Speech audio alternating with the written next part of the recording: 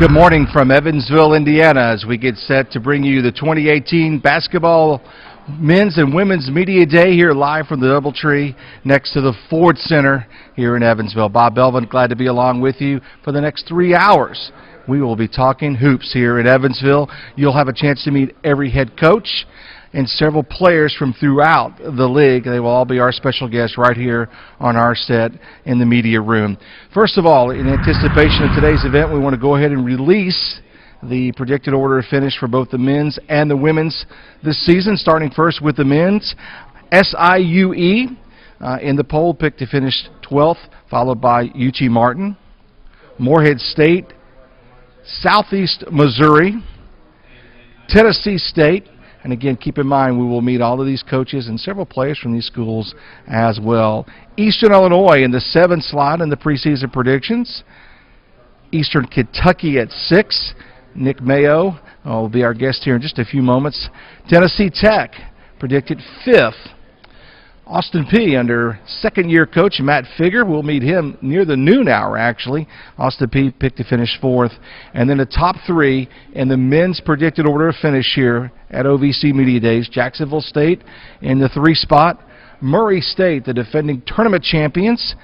And then Belmont, who received 8 first-place votes. Now, a couple of things kind of ironic when you look at this poll. Murray State actually received more first-place votes than did Belmont, so that kind of speaks to the stack at the top here of the standings in the predicted order of finish, rather, for the OVC and men's basketball in 2018-2019. Let's take a look at this all-conference team. Fantastic players here, some names that are familiar to you, some that may not be familiar to you. Let's just go in no particular order. Shaq Buchanan, the senior from Murray State. Ladarius Brewer, the sophomore from Southeast Missouri. Jason Burnell, Jackson State. Terrell Lewis from Eastern Illinois. Kevin McClain from Eastern Illinois. Ja Morant from Murray State. Terry Taylor, the sophomore from Austin Peay. Also, senior Dylan Windler. We're going to have a graphic on Dylan Windler here in just a moment as well. Probably will come as no surprise to those of you that have been following OVC basketball. Jason Burnell, the senior from Jacksonville State. Christian Cunningham, also a senior. Lamontre Harris, representing Morehead State. Fatad Lewis from UT Martin. And Nick Mayo, whom, again, we're going to meet in just moments, from Eastern Kentucky. So there's your 18-19 men's basketball preseason all OVC team.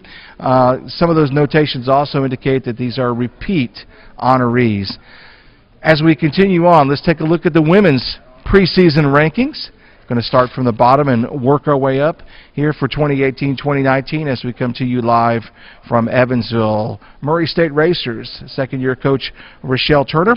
Eastern Illinois in the 11th spot. Eastern Kentucky picked to finish 10th. Austin Peay, David Midlick, 9th. Tennessee State in the predicted 8th spot here in the women's poll. Tennessee Tech, 7th.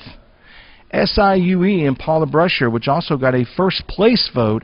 SIUE predicted in the middle of the pack here in the women's preseason rankings. Southeast Missouri, Rika Patterson, head coach, will meet with her a little while later on, and some of her players as well. Morehead State, the Lady Eagles, in 4th. Jacksonville State, 3rd place, predicted finish in the OVC. And then the top 2 are familiar teams and familiar schools, both of which played in the championship game here at the Ford Center last season in the tournament. Those are UT Martin and the defending champion, the Belmont Bruins. Pretty good list right here. Pretty much as far as predictions go, where everyone has seen these two teams actually, or these teams rather, end up last season. Belmont and UT Martin, perennial at the top. Belmont's been that way since they got into the conference several years ago. So let's take a look at the all-OVC preseason team here as we continue in Evansville. Miranda Crockett from Morehead State. We'll have a chance to meet her this morning. Grace Lennox from Eastern Illinois. Darby Maggard, the senior from Belmont. She will receive a very high honor here in just a moment. Taylor Roberts, the sophomore from Tennessee State. Amaine Robertson from UT Martin. Jenny Roy from Belmont. Tessia Thompson from Southeast Missouri. Mackenzie Coleman from Tennessee Tech. Chelsea Perry from UT Martin, and Tia Wooten from Tennessee State. So these are your 10 in the women's preseason All-OVC poll. So as the crowd continues to build, we get a look at the preseason players of the year. Going to be a familiar school and a familiar theme here. Dylan Windler, the senior from Belmont, outstanding player, returning for his senior season for Rick Byrd.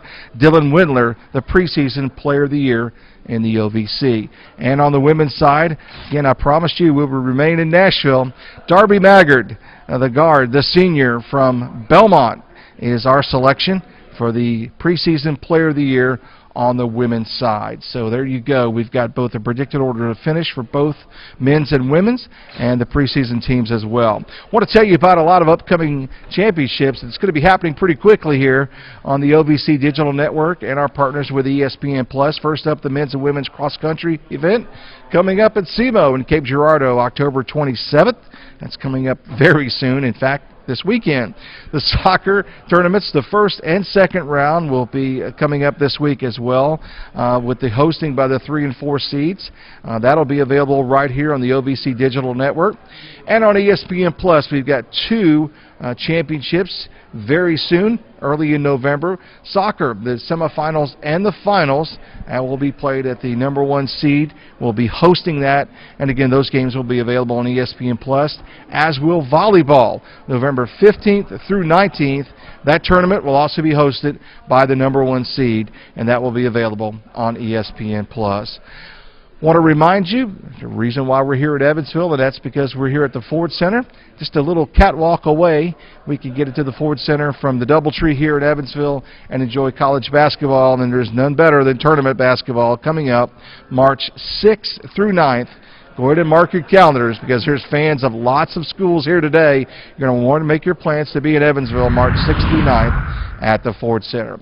So, that's our preseason. We're going to get down to the real season here in just a moment. That is coaches' interviews, player interviews. We will be with you all the way to the lunch hour. A lot to get to here on the OVC Digital Network. Live from Evansville, Eastern Kentucky, up next. This is the OVC Basketball Preseason Media Day sponsored by Vectren. Back after this.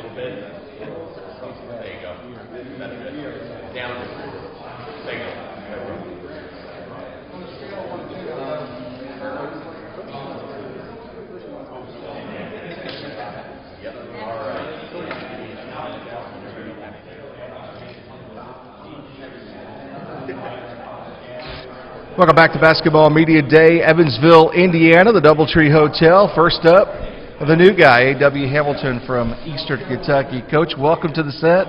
Welcome to the conference. Thank you. Appreciate you having me first. Now, you're no stranger to this part of the world, so yeah, let you know a little bit about your background. Scott County, state championships. Pretty special when a state championship in Kentucky. It is, because there's only one state champion. It's the only state that does it like that. So when you win one, it's really magical. And we had a great run over at Scott County, and really proud of that. It was Scott County's first ever one. Okay, so take us from there, because you've got quite a coaching resume. I want everybody to get to know you a little bit better. So from there, I went to Hargrave Military Academy as a player. Then I went to Wake Forest as a player, and then I transferred to Marshall University. Graduated from Marshall. Then I coached at Marshall as a graduate assistant.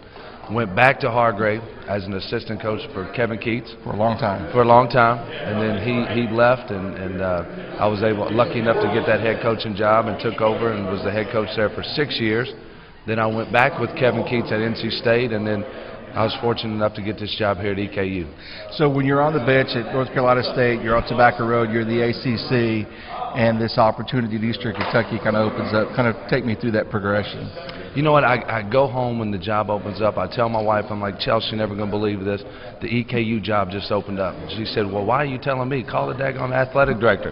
So I called Mr. Lockmuir and told him how much I wanted the job, and he had mutual interest, and we were lucky enough we connected and sat down and had a conversation, and then things started progressing, and it's a great place. The leadership's incredible. Over the last 40 months, there's been over $3 million invested into the school. There's new buildings going up, new dorms, new dining facilities, so it's a really special place. So can you put into words for this Tennessean how special it is as a Kentuckian to come back and coach in your home state, coach Division I college basketball? You really can't. Listen, I grew up 40 minutes from EKU. When you're a Kentucky kid, you're so proud. You're so proud of basketball and proud of the state, and to have the opportunity to come back and coach at home is incredible. I'm 40 minutes from my parents, my two older brothers, my younger sister. So it's just an incredible experience. So what's the view of this league outside? Say you're in the ACC or some other leagues that you've been affiliated with, and at the high school level as well. What's the outside perception of this league, and is it everything you've heard or expected it to be? Well, from NC State, from the ACC, it's don't play this league. don't play these guys. So no, it's a great league. And growing up in Kentucky, you always follow the league, and it's a great league. You look at the coaches. You talk about Steve Payne, and then you look at Murray State, you look at Belmont. It's just a great league, top to bottom, a great league. And then being around the coaches, we've had 2 conference meetings, and just being around the guys, they're incredible people, and I've known them for a long time because they've obviously recruited my players. So it's fun to be on this side with them. So what has been the assimilation like into that program? What's the first thing A.W. Hamilton did when he arrived in Richmond? Beg Nick Mayo not to leave. Fair enough. Yeah. Good idea. Yeah, it was smart, wasn't it? No, but we had to set the tone for how we wanted to do things, and winning off the floor was important for us, and getting the guys committed to going to class and doing the little things the right way, and our strength conditioning program. And Nick Mayo's led the charge and all that. When I got to campus, he was 217 pounds. When he sits down beside you here in a minute, he's 252 pounds. Be careful. Yeah, he looks great. Looking great. So, but he's led the charge for us, and I was fortunate to have him when I got there. So how much of it is a tendency on a new head coach to kind of lean on Nick Mayo to lead things and be that leader, and trying to find that balance has to be a challenge? It is, but the challenge was, listen, Nick, we haven't had a winning season in 3 years. We haven't even made the OVC tournament, and the challenge was for me to him is it's time for you to take the lead on this team. You can't take 12 shots a game and expect us to win. He's got to be taking 18 to 20, and that's what he's going to do, and he's prepared to do. So I'm excited for him. So back to the conference. What's the warning you've got about the place you don't want to go and play? Oh, God, I can't say that on TV, can I? No, all of them, because it's in any league at any level, it's hard to win on the road. So we know that, but we got to win our home games. We got a great tradition at EKU. We got a great home arena, and we got a great fan base that's excited, and we got to take care of business at home. So you can't quite fire the cannon like they do in football, but give me a basketball slogan. Oh, listen, that's a fire the cannon's pretty good. Mark Elder didn't buy into it when I talked to him. I was like, that's a great thing. That's great. Listen, we just want to play really hard with a lot of passion, and we want to make our fans proud again. Okay. And when we put the jersey on, it's got to mean something. So we're excited about what's in store for us. Well, good luck to you. A.W. Hamilton, head basketball coach, Eastern Kentucky University. He's one of the new guys on the block. In fact, there's not been a lot of coaching changes inside the conference. We welcome you. Thank you. And wish you the best of luck. Appreciate it. Thank you. Be right back after this. OVC Media Days continues.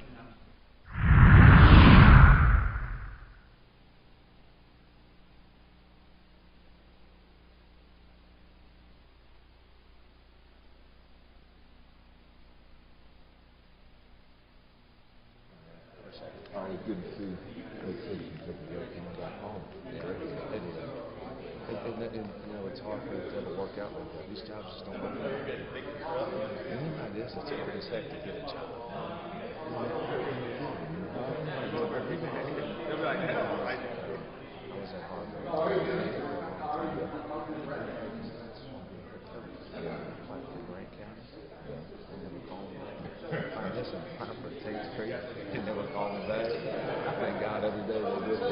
But you know it's hard. It's hard. That's the way it is. Opening up doors and from the door.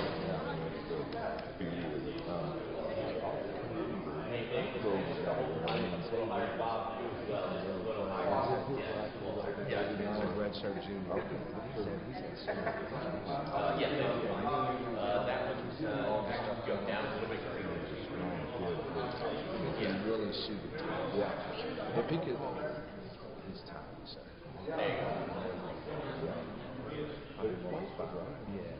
Fast player. Him and Ryan were a good one. Yeah. Not sure if it's Louisville does a lot. Yeah, you Andre Mann? Yeah, I met with him when I got the job. Andre and I coached together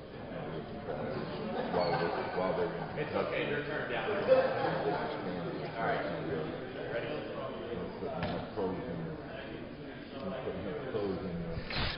Preseason all-conference selection from Eastern Kentucky, Nick Mayo joins us here as we move along. It's media day for basketball in the Ohio Valley Conference, coming to you live on the OVC Digital Network. Nick, welcome. Just had your coach, A.W. Hamilton, on. He's got some high expectations for you. Are you comfortable with that? Yeah. All right, you got to give me a little bit more than that. Now, what has the preseason been like, and what has the adjustment period been like with you and Coach Hamilton? It's been really well. You know, we got in early this summer because we had the Costa Rica trip, so that was really good for us. We got to, have a couple practices early, really, bond as a team on and off the court. And, we've been getting after it 2-3 practices a day, really working. He's been pushing us really hard. So let's talk about the Costa Rica trip, because I failed to ask Coach Hamilton about that. What were you involved in when you were over there? I mean, it's not all basketball, right, but it had to be a fantastic experience. No, it was a lot of fun. We had a couple games. We got to see a couple different places. We went to an orphanage for little kids. Got to spend some time playing with them. We went zip lining, so we did a lot of fun things. So how does a 6'8", 6'9" guy go zip lining? You just hang on for dear life, hope you don't fall. So that was in some of the forest there, some of the okay. Yeah, we took like a ATV, brought us all the way up to the top, and we went all the way down. It was a lot of fun. Okay, so anybody? Can you name names? Did anybody bail on you? Did everybody? No, we all did it. That's fantastic, because oftentimes you'll find someone that's actually, matter of fact, I don't think Coach did it. We have to take him back. I don't think he did it. I don't think he went ziplining. It's not in his contract, man. Nah. It's okay. It's pretty good. So let's talk about expectations for you. Let's talk about your expectations for you. We saw you listed as preseason all-conference here. What's Nick Mayo got to do to get better and get this team to the tournament?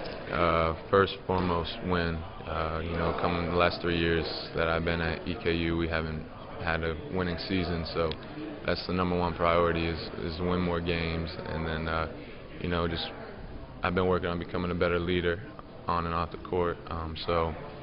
Just pushing these guys, pushing myself each and every day, to get as good as we can be. What has to change on this team to be successful from last season to this? We lost a lot of close games, so we gotta keep on working on, winning close games down the stretch. But, Coach Hamilton has done a great job. We've done a lot of situation things in practice. Been working really hard, so, hopefully this work's gonna pay off. Do you feel like you've got to tell Coach Hamilton, being the new guy, hey, this is the arena, these fans are the toughest? You got to be coaching him through this league in his first 2 or 3? We talked about it, on the drive up here. We had a little small talk about those type of things. So, he's helping me. I'm trying to help him.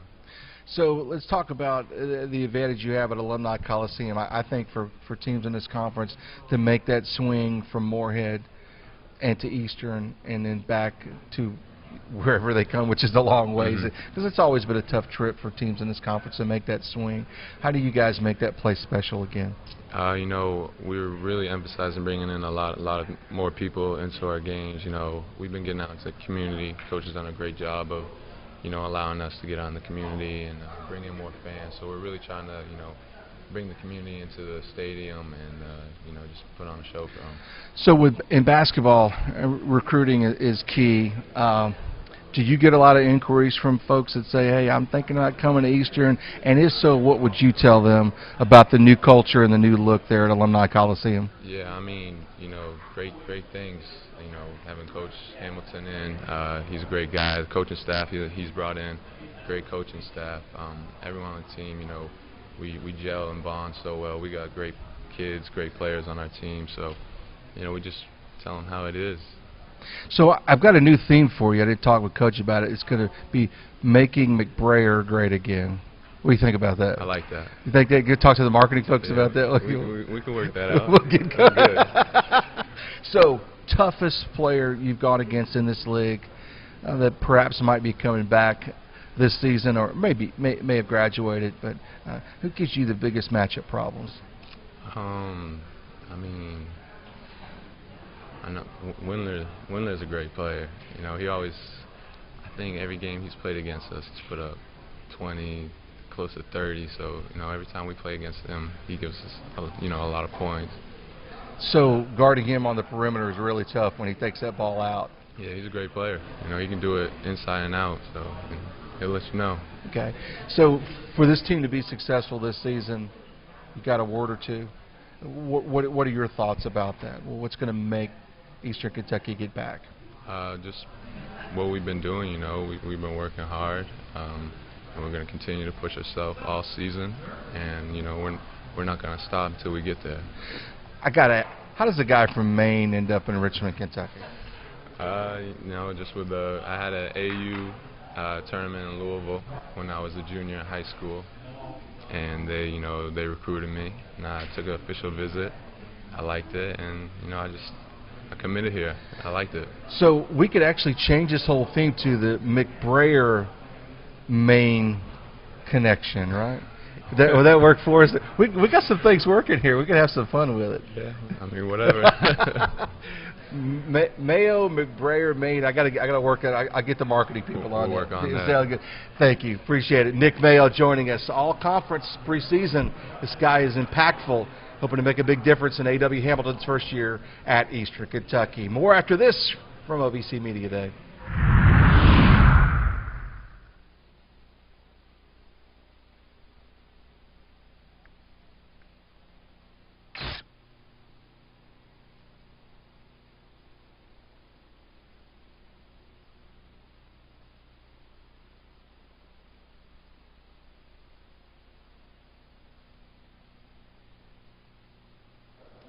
Trials with Coach, yeah, Coach Lee. Sit down. Mic up.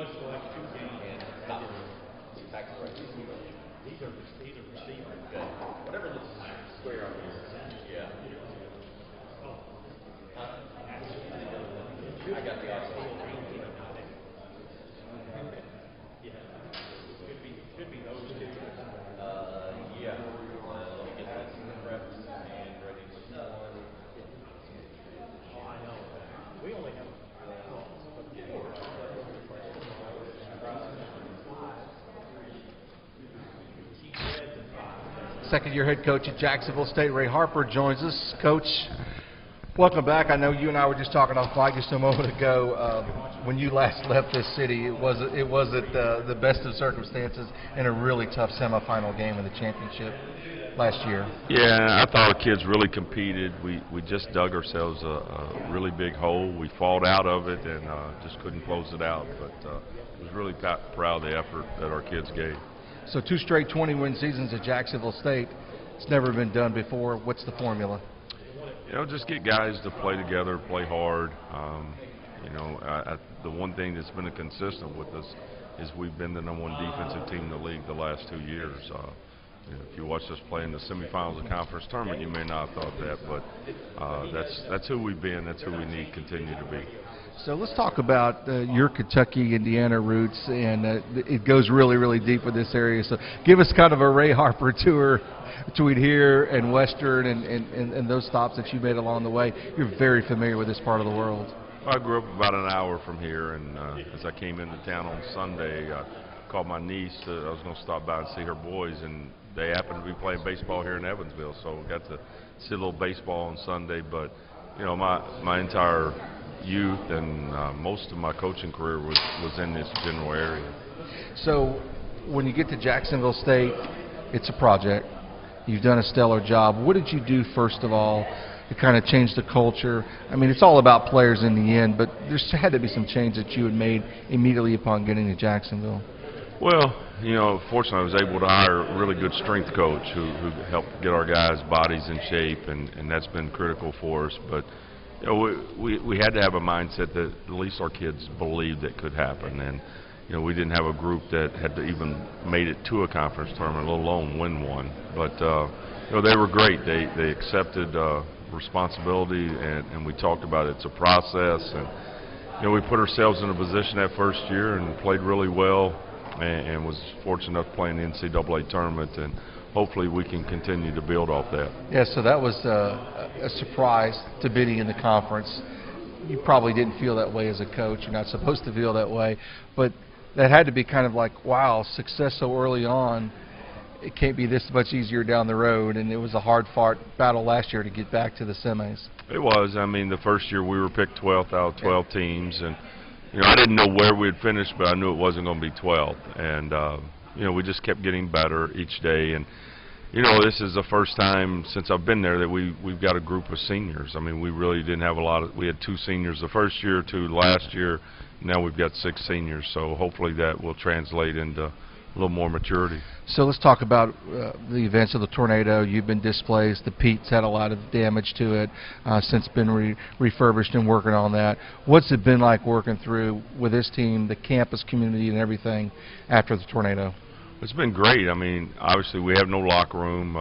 We have no permanent gym. We have a gym on campus, and our administration's been great. They put a new floor in, which was critical to be able to practice in there. And you know, it's basically you know, a gym, and our guys change clothes in a restroom. So we don't have a locker room. We don't have offices, but you know, it is what it is. You make the most of it, and we don't really talk about it. I mean, we know when we go to work at 1 o'clock, as far as practice is concerned, from 1 to 3:30 or 1 to 3, it's all business, and it's not about where you're practicing. It's about getting better. For those of you who don't know you, talk about your style of play.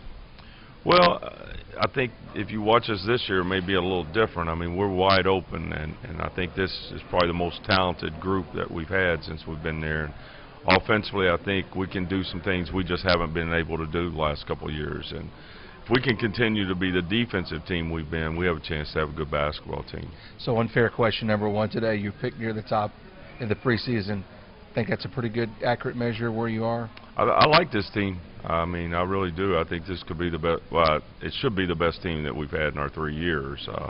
You know, I don't know if we had anyone on the all-conference team, but like we talked about, we haven't played a game. We didn't have anybody picked on the all-conference team the last 2 years, but we've done pretty well. And I think we've got some guys that they may be on an all-conference team at the end of the year. Oh, they are in the preseason too. I'll take a look at that. We just released that just moments ago. Wanted to talk about your thoughts on this league after 2 seasons through it. Kind of break it down for me. Kind of, is it what you expected coming out from your various stops? Is it better than expected? Tougher? Well, I was very familiar with the league, obviously, being in this area. I mean, Murray State, Belmont, Coach Payne, Tennessee Tech's been a long-time friend, so I've always followed them and how they're doing. But, yeah, it's been pretty much what I expected. And You know, again, there's balance from top to bottom. I think I don't know who's picked 12th this year in the preseason, but I guarantee you there'll be a team that'll have a chance to finish in the upper half. It's just not that much separation. So what's got to happen for you to get back to the NCAA tournament? I think just continue to be a team that buys into what we're doing, that we're not selfish, that we'll play the game the right way, and then if we're a good defensive team, we'll be okay because we're going to score the basketball. So defense wins championships. Doesn't matter what sport you're in, right? That's what they say, but last time I checked, you got to put some points on the board too. So we're going to try to see how many points we can put up this year. Third-year coach at Jacksonville State, Ray Harper, joining us. Our thanks to him for joining us, and we'll continue from the DoubleTree in Evansville, live on the OVC Digital Network.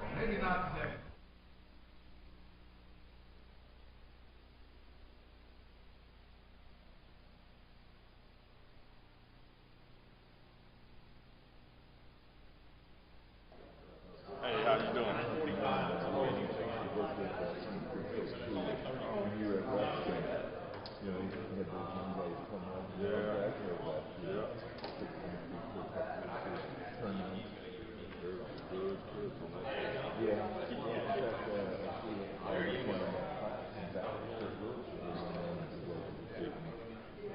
I just want to take my picture too.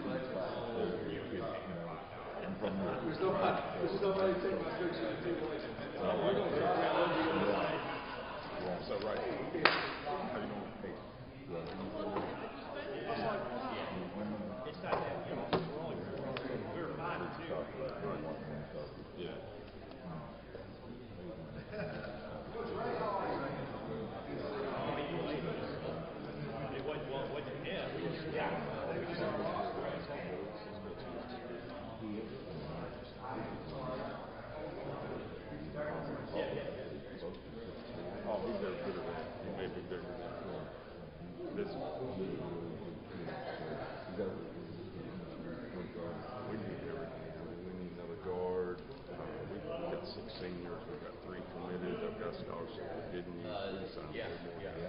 We'll sign a couple inside. No, it's probably going to be our day. We got a couple kids visiting next weekend.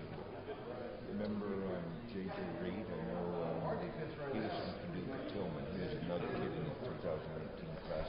Gabe Gerardo has come to Evansville this morning. Rick Ray, head basketball coach, Southeast Missouri, with us. Coach, welcome. Glad to have you along.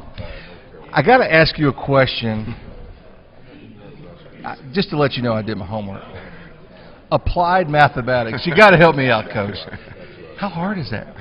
Well, to give you a little bit of a background about it, most of the classes that you take after your freshman year, Calculus 3 is needed as a prerequisite for the rest of those courses. So I took numerical analysis, linear algebra, mathematics, logic, differential equations. So to me, it's something that was really difficult. Also, I never had a professor that spoke English as well, too. Holy mackerel. Yeah, so that made it even harder. So it's amazing that you go through all of that hard work and then you don't even actually apply it. So it was just something. I had an internship in Chicago, and I knew after working there for a week that there was no way that I could work in that environment. It's your typical math nerds, math geeks. Actuarial kind of. They didn't know anything about basketball, didn't care about sports or athletics, so I knew that I couldn't continue to thrive in that environment. So I chose something different. So this is the fun part of media days, because we don't necessarily talk X and O's a lot. We're going to talk applied mathematics and advanced calculus, but I promise I'm going to ask some basketball questions as well. Team that shot nearly 300 three-pointers last season. Is that your style? Well, to me, the most important thing is making them. I think we're a unique team because, like, we were second in the OVC in three-point field goal percentage, but we were also second in the OVC in two-point field goal percentage, because usually you have a dynamic where you have a team that's really good finishing around the rim, but they're not great three-point shooters, or you have the exact opposite where you have a team that's really great three-point shooters but not very good finishing around the rim. So what I like about our team is that we're efficient. To me, what we talk about is I don't care if you take that three, we just want uncontested threes. And I think us sharing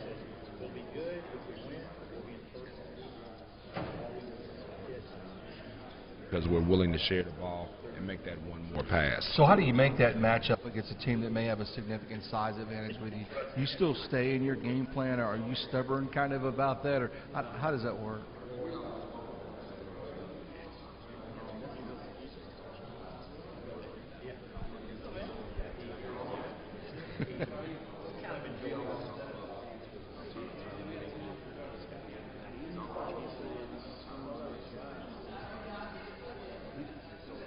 Comes like, what type of person are you? Are you the type of person that once you get that individual matchup, you start to attack and they help? Do you try to split the team? Do you try to go over two people? Do you try to take a bad shot, or do you get off the ball and share it with your teammate because you created an opportunity for them to have an easy score? So we just talk about that all the time, always in attack mode. I wanted to talk a little bit about your preseason schedule, where you're going to be playing, and some items with that, and then we're going to get into the conference season. So let's talk about the preseason schedule. It's always been ambitious with you. You've got great contacts throughout the region, coming from the Southeastern Conference as well. Would you speak to that just a little bit? Well, it's probably a little bit too ambitious at times, to be honest with you, but we've got a traditional rivalry built in, and we're playing SIU. We're going to go play Bradley at Bradley in the Missouri Valley Conference, and you obviously know about that conference and how tough it is. We're playing at Florida State. We got a couple kids on our team from Florida. We want to have them to have the opportunity to get back home. We're also going to have Western Illinois coming into our place.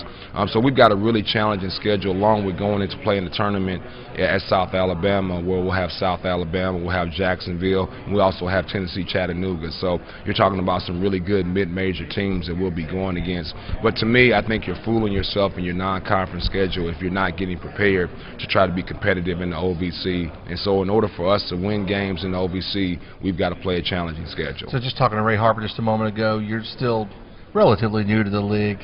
What surprised you, what's not, as far as having been through this league twice, and kind of get your thoughts on that? Well, the thing to me is like a change of style. I came from the Mississippi State, where you had two traditional bigs. So your power forward was usually a traditional power forward that was a rugged rebounder.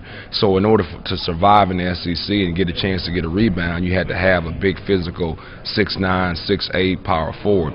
Well, I think in this league it's the exact opposite. Usually your four-man in this league is really a skilled, long three-man or an athletic three-man that you put at the four spot that becomes a matchup problem. And so to me, that forward spot becomes really important, second behind your point guard position, because that's where you're looking for your matchup problem. So I think that's the biggest difference that I had to learn is, hey, we better go out and get a four-man that can play basketball. If not, we're going to get exposed. But your style of basketball, it has to be attractive to recruits. Well, I would think so. Like, you get a chance to shoot a lot of threes. You get a chance to make a lot of individual plays. We were first in the OVC in pace of play. So we talk about like playing fast and making sure that we're in attack mode. So I would think that it would be something that'd be attractive for young men to come in and have an opportunity to play.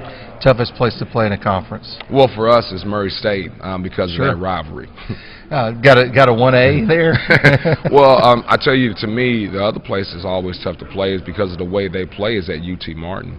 They play that matchup zone. They play the 2-2-1, back to that. And so to me, it's like that pressure that they put onto you on the court, not necessarily just the environment that makes it difficult. So you may have touched on this, but I want to ask again. What does Southeast Missouri need to do to be successful this season? Well, I think for us, we need to get experience. To me, any team that has a great chance to be a really good mid-major team is because they have experienced guys that have been through the rigors of college basketball. And so in order for them to beat a talented team, they beat that talented team because they're a more experienced team. And that's what we need to do. I think this is our deepest, most talented team that we've had here, but it's probably our most inexperienced team that we had too. So like, to me, the matriculation of us going from being an inexperienced team to an experienced team, if we can do that this year, will be the key to our success. Best of luck to you. Look forward to it. Rick Ray, Southeast Missouri, the Red Hawks in Cape Girardeau. It's a tough place to play at the Show Me Center too, by the way. I know you couldn't say that, but I'll add that. It's a really tough place to play. OVC Media Day continues, powered by Vectren from Evansville, live. Back after this.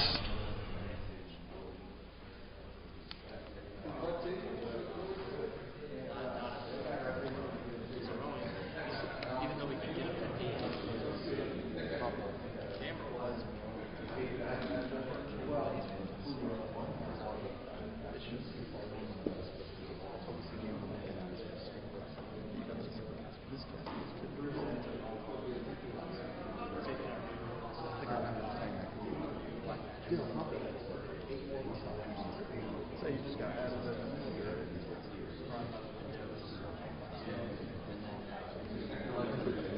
saw that yesterday. Thank you. He's, our conversation last year. Our conversation last year when I was trying to walk, and I said, "You wouldn't let me." I said, "Yeah, I would." And he looked up, thought about it. He said, "You wouldn't let me play." I said, "No, you'd never get the game."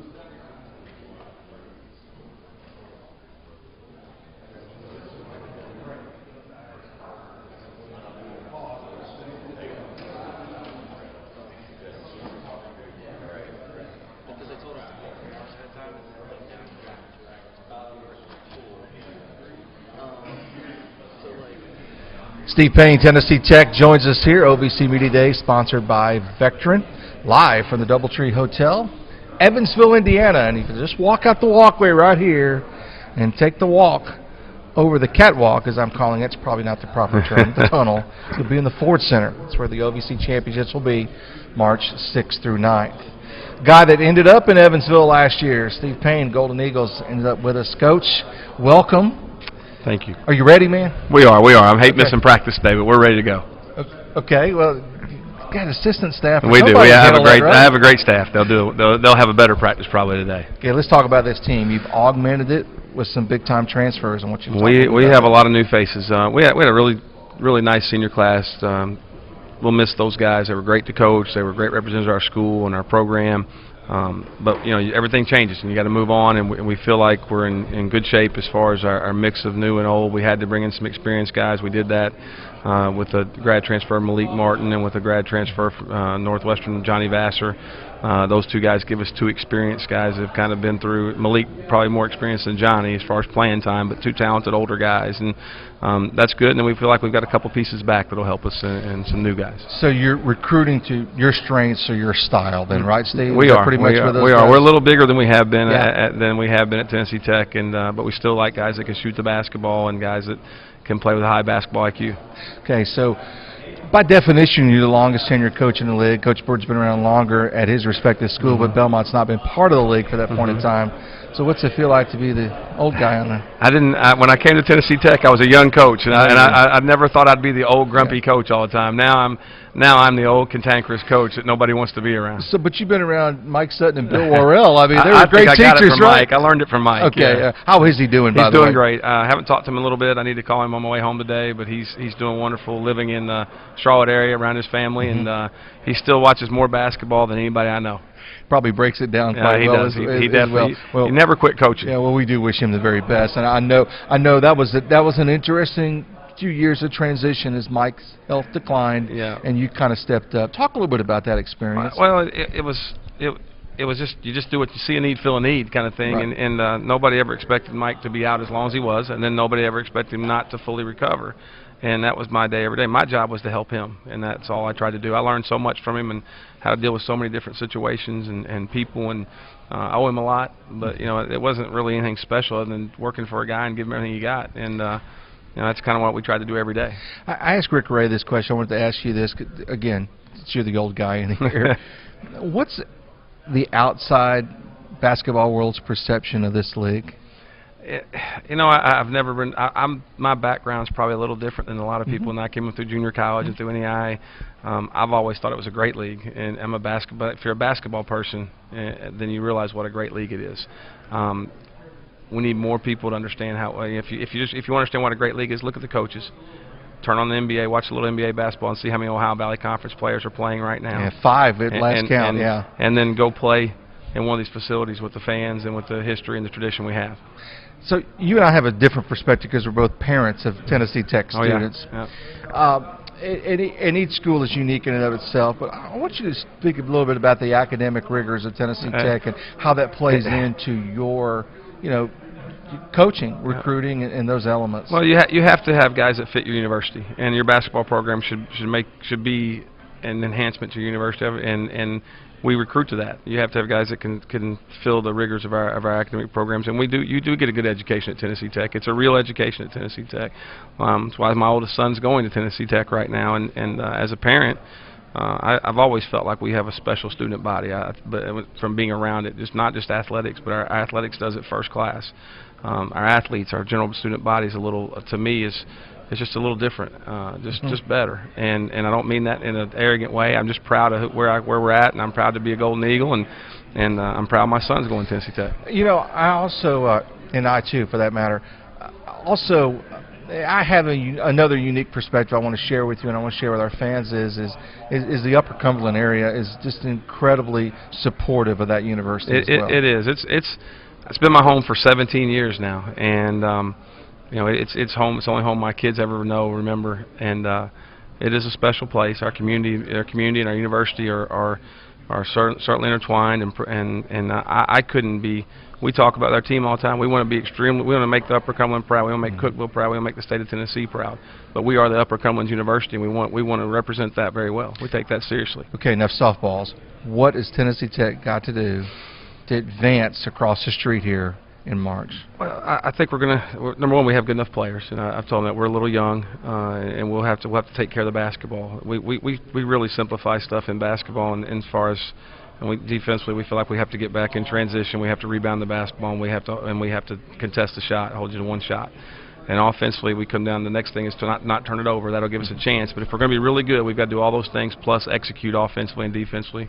And that's where the basketball IQ plays, and understand who you are and how you play. And but that's get back in transition, contest every shot, hold them to one shot, and then execute and don't turn the basketball over. Where do you want to be when you come out of that pre-conference schedule? Not necessarily record-wise, but there's some indicators you're looking for when that's complete. Well, I think with our team right now, it's every day. Our schedule's ridiculous. We play 3 teams in the top 10. I noticed that. And our 5 our first 8 in a row. We have a really tough schedule, and it's hard for me to do this, but I have a great staff. My assistant coaches are always they're the grounded ones. I'm the one that's emotional, and they're like, just get better, just get better. There's going to be some games that all I want to worry about is just getting better. And when we go break down the film, did we do these things well? We're going to have some games that if we don't do everything at a very high level, we're going to get smoked, and that's just how it is. But there's some pressure to do that. I like those games.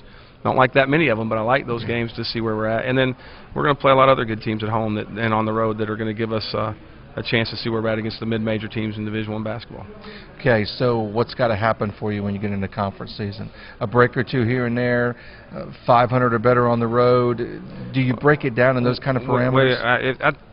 We've always felt like to win a conference championship, you got to win your home games. We have to make the Hooper Edwin Center the toughest place to play in the OVC. We've been very successful there over the years. It's got to be a year where you win all or almost all of your home games, and then you have to be 500 or better on the road, and that'll put you in position to play those last couple of games for a conference championship. Steve Payne, head coach Tennessee Tech, joining us. Our thanks to him. Good luck to you. Thank you. At the Hoop, as it's affectionately referred to.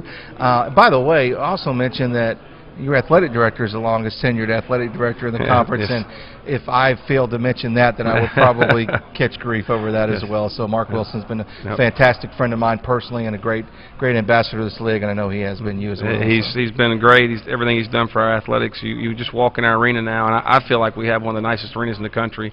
You walk in there, and that's got his fingerprints all over it, and it's been a really, really welcome addition to our university. Always nice to say good things about the boss. We'll continue. OVC Media Day. Our thanks to Steve Payne, Tennessee Tech, for joining us. More after this.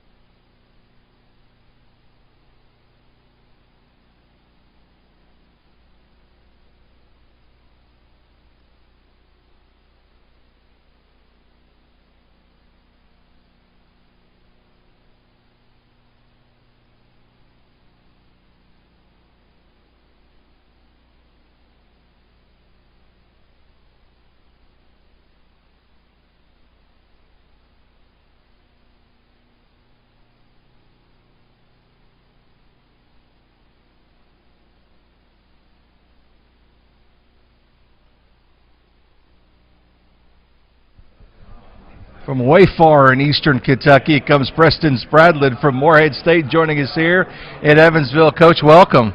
Welcome. Can you share us any secrets in the meeting y'all just had?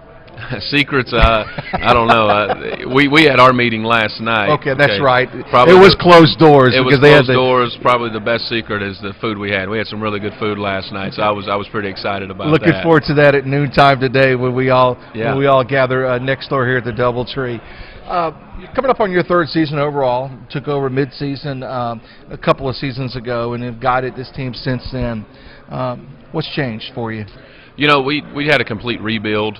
You know, I had the interim season where we essentially had 9 players. I had 6 seniors that year, and so when that season ended, I inherited 4 players. And so we set out, had to hire new staff, and we had 10 new players at this point last year. And so we were completely brand new.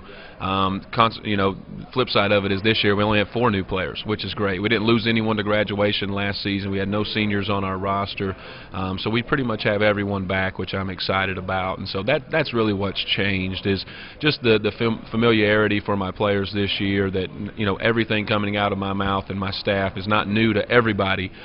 Certainly there's new things, but there's a lot of familiarity with it, which I think gives players a lot of confidence, and then that gives coaches a lot of confidence as well. So if you had to describe your style of play, it would be? You know, we want to play fast. You know, I don't think we got to play exactly the way we wanted to last year. I think we kind of got into a groove where it was a little bit more of a survival mode. You were just trying to figure out game to game how you could be competitive, and we kind of hung our hat defensively last year, where we were trying to win games in the 60s, and, you know, that's not really my style. During my interim season, you know, we led the league in scoring and 3-point field goal percentage, offensive rebounds, all of those statistics, and so finding a balance between those 2 seasons is really where we want to be at. We want to play fast. We want to do a little more pressing this year. We're mainly a man-to-man team, and you know, finding that rotation, I think year 1 is hard to do when you have 10 new players and you're really trying to figure out exactly what you have from game to game and consistency from guys. And so I think being more consistent this season will allow us as a program and as a coach to get into the style we really want to play. Preston Spradlin, Morehead State, joining us. You've got great Kentucky roots as well. I put this question to A.W. Hamilton. I have to put it to you. This is a special place in the Bluegrass, although we're kind of close to it here at Evansville. But talk a little bit about having come up through that, Alice Lloyd, all of those.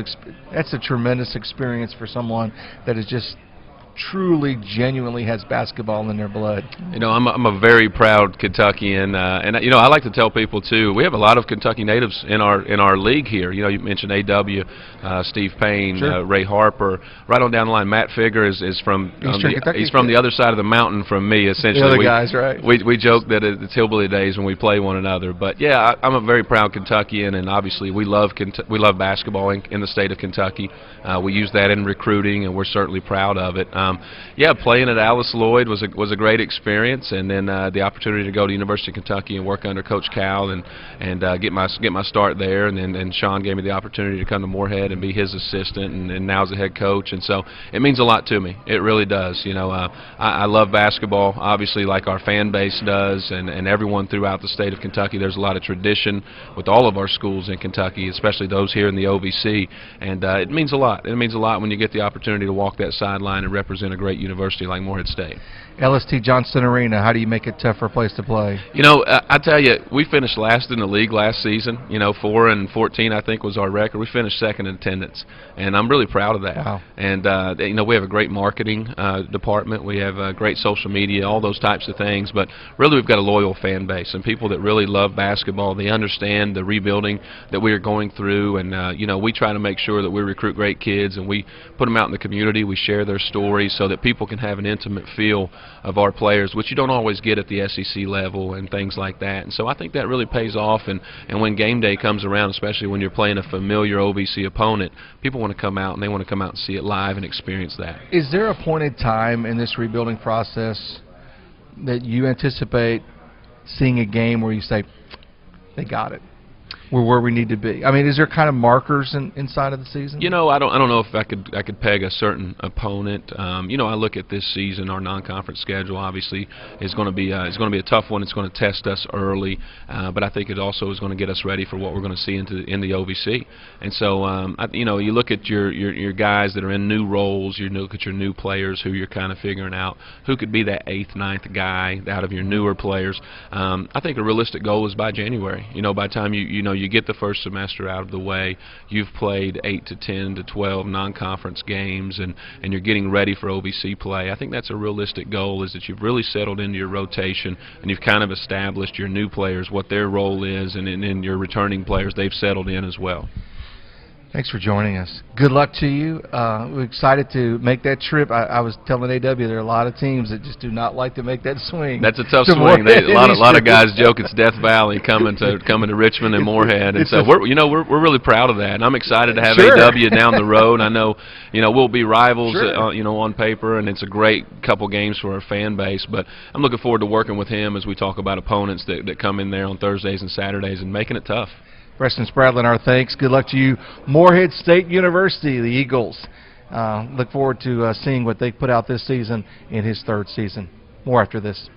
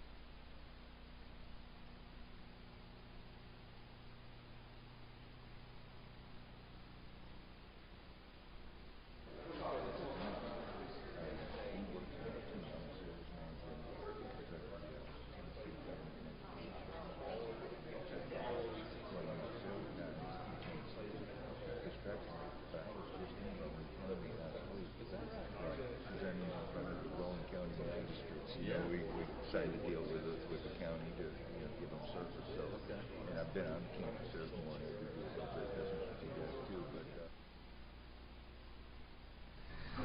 Live from the DoubleTree in Evansville, Indiana. Bob Belvin, OVC Digital Network. OVC Media Day powered by Vectren. Thanks to them for our live stream this morning. Anthony Stewart, West Tennessee, has moved into Evansville. A lot of orange and blue behind us here, Coach. Welcome to the set. Welcome to a season full of change for you. Thanks for having me, and just glad to be here. All right, let's talk about this new roster. Lots of new faces on it. Don't necessarily have everybody kind of go down the list, but you got a lot of new faces and a lot of changes upcoming this season. I want you to speak to that a little bit, particularly a particular face we'll talk about that might be familiar to you. Right. Well, we do have a lot of change, a lot of new faces. We had a few transfers that will be eligible this year. One of which being Kevin Little, a transfer from Colorado State, very accomplished player. He was at Maine for 2 years prior, going to Colorado State. We have another gentleman by the name of Preston Parks, a very, very great scorer coming to us from the SoCon. He was at the Citadel. And I brought in a plethora of junior college transfers. Derek Hawthorne from John A. Logan College in Illinois, very good player. Trenton Williams from Gillette Community College out in Wyoming. I've got a big fella, well, two of them. One of them named Menfiki Sano. He comes to us from junior college Mount San Antonio in California. Also got a gentleman named Jeremy Joyner from Roane State. Charles Henderson from Trinidad State. Don't want to leave anybody out here. I got a few new faces. Stewart on that club as well, right? Go ahead, tell us about that transfer from Pitt. My son decided to got a little hectic there. I honestly didn't expect him to come home. He had some marvelous opportunities on the table for him, but at the end of the day, he felt in his heart that coming home was the thing and the place he wanted to be. Tremendous. I appreciate that because I tried to look at that roster and I didn't see a lot of names that were familiar to me coming into it. So why the big wholesale changes? To be honest, and I'd be remiss if I didn't mention Quentin Dove as well from Cuyahoga, first team JUCO All-American. But you know, sometimes you have to look at what you did in the past. Look at our season last year.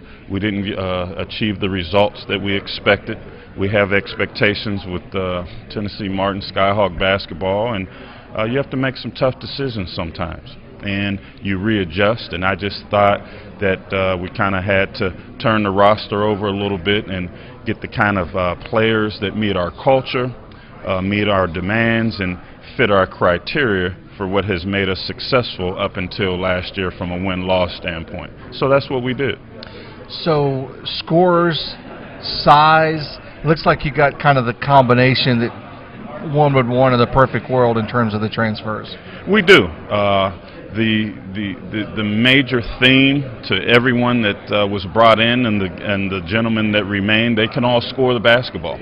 And I think what ends up happening when you have everyone who can score, which is very, very essential to success in the way the game's played today, you have everyone that can score now. You know, you get them to buy in the defense because you're not handcuffed by having to play a guy who's might not necessarily be good defensively, but he can score, so you have to play him. Well, that's not the case this year. Everyone can score at a high clip, so we're looking for 5 two-way players that do both. Talk about your schedule a little bit. Still aggressive in the preseason, and then we'll kind of wrap things up. And what are you looking for in that preseason schedule? Our preseason schedule is very competitive. We start off our first Division I game is at Western Kentucky, and they have it going over there. They got a very good squad. Returning, had a great year last year. Great recruiting year that they've had. They've got a McDonald's All-American over there, I do believe. And so I just put together, and I always have put together, a very tough out-of-conference schedule because I know what lies ahead in OVC play. Anthony Stewart, head Skyhawk, UT Martin, West Tennessee, in the house this morning rather. Coach is going to be around for a while. Best of luck to you. Big change. Bring your schedule card to the Elam Center, or rather roster. You want to bring that to the Elam Center for sure. Coach, thank you so much. Thank you for having me. Appreciate it. Appreciate Best of you. luck to you. We'll continue here in Evansville, sponsored by Vectren. This is the OVC Digital Network.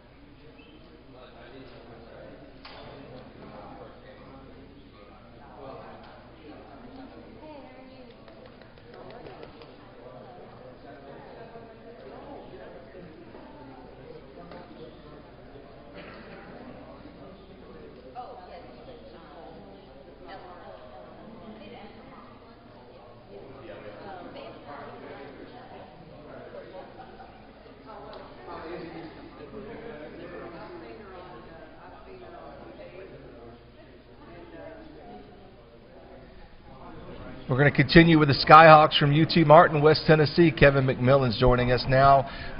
Kevin and I were just commenting when we last left the Ford Center next door. It wasn't the best of situation, but I thought last season that women's championship game was one of the best. Well, from a fan's perspective, I thought back to the year that we played and beat Tennessee Tech in a very similar situation. We went into overtime and we beat them. Fortunately, I thought from a fan perspective that's had to be one of the best. And if you talk about the game, it was a great game.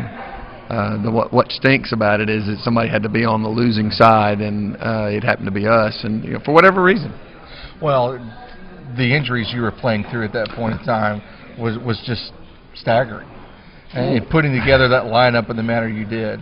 We didn't talk about that very much, but we had just, we had 3 kids that the doctors were telling don't play, and they said this is our last hurrah, and so we're going to play. And the way we had to practice was just comical because they couldn't run. And then we had other kids that never played all season that were out for the season. So it was rewarding in one sense, but then your goal is to win it all, so then it's kind of deflating in another. So flash forward, got somewhat of a new roster, got a couple of key returners. I want you to speak a little bit about this team upcoming. Well, we've basically, you can sum it up in one senior and 1 junior. So it's a lot of returners for 13 freshmen and sophomores. Wow. So we're very much a roller coaster every day in practice. I think we'll be a roller coaster all year, just because that's what you see out of young kids. But they play hard and they got good attitudes and they'll get after it. And I think that with time they're going to be good. I just don't know how much time it's going to take. You have tremendous recruiting tentacles in Tennessee, particularly in West Tennessee, and heading even western to that. Seriously, you've been there a long time at UT Martin. Is that kind of a byproduct of that? You seem to have a fantastic pipeline, and unlike a lot of coaches, you have a lot of 4-year players. We don't recruit very far. We have a niche of who we think we are, and we pretty much stay with it. And we're going to basically follow basketball within 100 miles. So if within 100 miles is really good, then we're going to be good for the 3 or 4 years after that. If it's a down 3 or 4 years, then we're going to be. We follow what our area is because we recruit so regionally. And it's no secret. It's just what we've done forever, and the way we believe that we should build the program. And it's a tribute to the West Tennessee women's basketball culture. Coach Russell in high school with Randy Frazier, started back with Pat Summitt and made it a big deal. And there's just been so many really quality women's basketball stories to come out of West Tennessee. We just kind of stay there. But now we reach out further than that, but basically we stay pretty close to home. I was talking to Steve Payne earlier. I'm a parent of a graduate of UT Martin. Talk about the specialness of that community. It's very close-knit. It's small. You don't apologize for it. There's just a uniqueness to that area of the world. When we recruit, the first thing we ask a recruit is, do you care to live in a small town, and go to a little smaller school maybe? And if they say yes, we'll say then you don't want to talk to us, because we are very unique, even in the Ohio Valley Conference. Sure. The trade-off of that is, though, our kids don't go out to eat, go to Walmart without somebody stopping them and talking to them and asking for an autograph and wanting to take a picture. Women's basketball in West Tennessee and at UT Martin it's a big deal, and that's why you see our attendance like it is, because those fans come to support them. And I think that's a byproduct of being in such a small community. What's this team got to do to advance in the NCAA tournament? One, grow up because they're so young, and that may be the total thing is how quickly they mature and can handle the grind. This is taking care of your classes, taking care of being on your own, taking care of a basketball season that's going to be about a third longer than anything you've ever done because of the minutes. That's going to be a challenge, and I'm just hoping these kids can handle it. And hopefully these roller coaster ups and downs that we're going to see by the end we can kind of smooth them out, so it's pretty even. But I think it's going to be just how quickly they adapt. Kevin McMillan's been joining us. Our thanks to Kevin for stopping by. UT Martin picked near the top in the OVC women's basketball poll, and that new nemesis they got there is kind of at number 1. I believe it's Belmont in the preseason, and that appears to be the one you're challenging here. Well, it's been interesting in our 10 years here. Teams, different teams are near the top and stay there, and some leave and come back. And right now, it's been us and Belmont for the last 2 or 3 years. And I'm hoping that in the future in the conference that you see 4 or 5. We need a stronger showing at the top. But Belmont right now is got the best squad. They had it last year, and if they can keep doing what they're doing, they're going to be a hard team to beat. But again, that's who knows what's going to happen between now and March. We'll roll it out. Conference season starts late December. Kevin, thank you for joining us. Best of luck to you, Kevin McMillan, UT Martin, the Skyhawks. Picked near the top, as I mentioned, in the women's poll. More after this.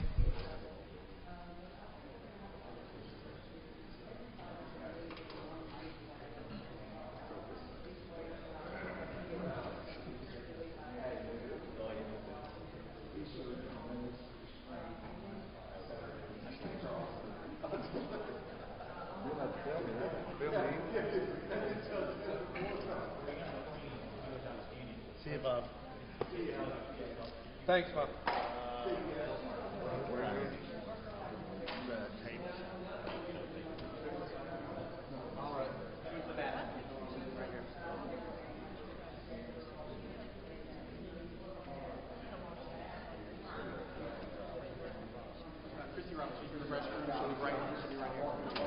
She's walking right now.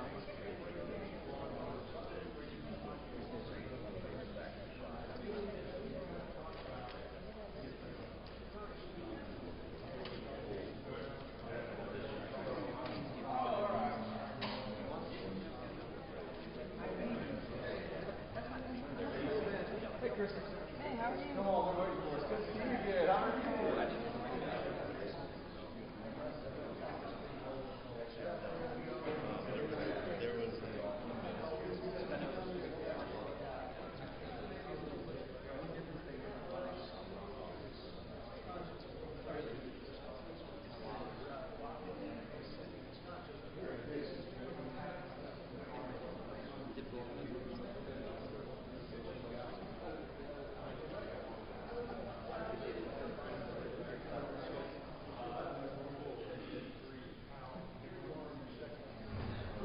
Powered by Vectren, OVC Media Day continues here at the Doubletree Hotel, Evansville, Indiana.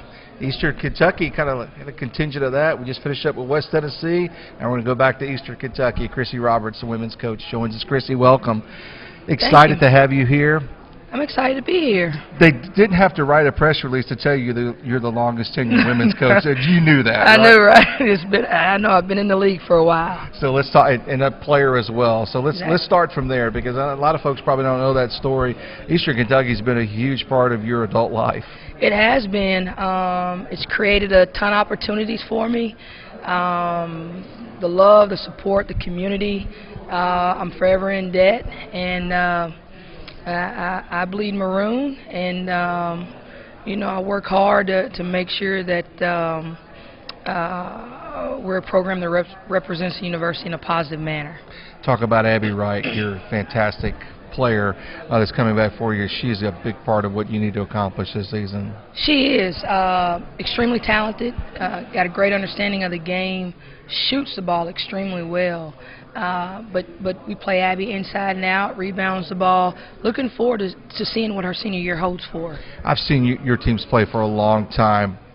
Describe the kind of team, maybe or your kind of philosophy, or maybe the kind of team you want to be this season. At the end of the day, I talk to our student athletes all the time about how the game of basketball has been great to us. And so the way we can give back to the game and not cheat the game is just be consistent in our effort and our attitude, being good teammates. But every second we step foot on that floor, giving the game everything we got, giving the team everything we got in order for us to have a chance to be successful. I'll rarely have a chance to ask this question, but do you feel any pressure being an EKU alumnus in the role you're in? Do you see all this gray hair in the front of my head? Yes. But you know what? I want the program to be great, and I'm gonna continue to work hard. Hopefully for us to be a team that everybody gets excited about. Getting back to Evansville for the tournament, that one of the primary goals. I mean, you have individual ones on the whiteboard in the office somewhere, but that's got to be near the top. Most definitely. You want all of your student athletes to have the opportunity to play in postseason. You know, we fell extremely short last season. Didn't have the season that we wanted. So the goal is to get back where we were a couple of years ago. And so the league is tough. It's going to be a challenge, but we'll just take it a day at a time. We'll work hard for each other, and hopefully come March, we're in Evansville. In recruiting, what is the message you put forward about EKU? You know what? It's a great place. A lot of good people. It's a family. We work hard for each other, but it's not just about basketball. That's only a small part of it. The goal is to produce young leaders and hopefully provide opportunities for our student athletes to be successful outside of basketball. You know, I didn't have a chance to ask AW about this, but there's so much change going on campus. Give us an update on that. A ton of change. I tell you what, I was a player here back in the 90s. I was an assistant coach in early 2000 and left and came back. And I tell everybody, if they have the opportunity who's played at EKU or, you know, who's graduated from EKU, to come back and see it with new apartment-style housing, to a new rec center, to facility changes within Alumni Coliseum. It's just a great time to be a Colonel. Give us one word that you're speaking to your team in preparation for this upcoming season, and I'll let you go. Consistency. We have to be consistent in everything we do. Okay, and the football team has Fire the Cannon. I asked AW about that, but we really can't use that right. McBrayer, can we? No, that would be different. We could try to do that. Chrissy Roberts, head coach, Eastern Kentucky, the women's program. Looking forward to getting back to Evansville and back in the tournament. Chrissy, thanks so much. Appreciate your time. Thank you. All righty.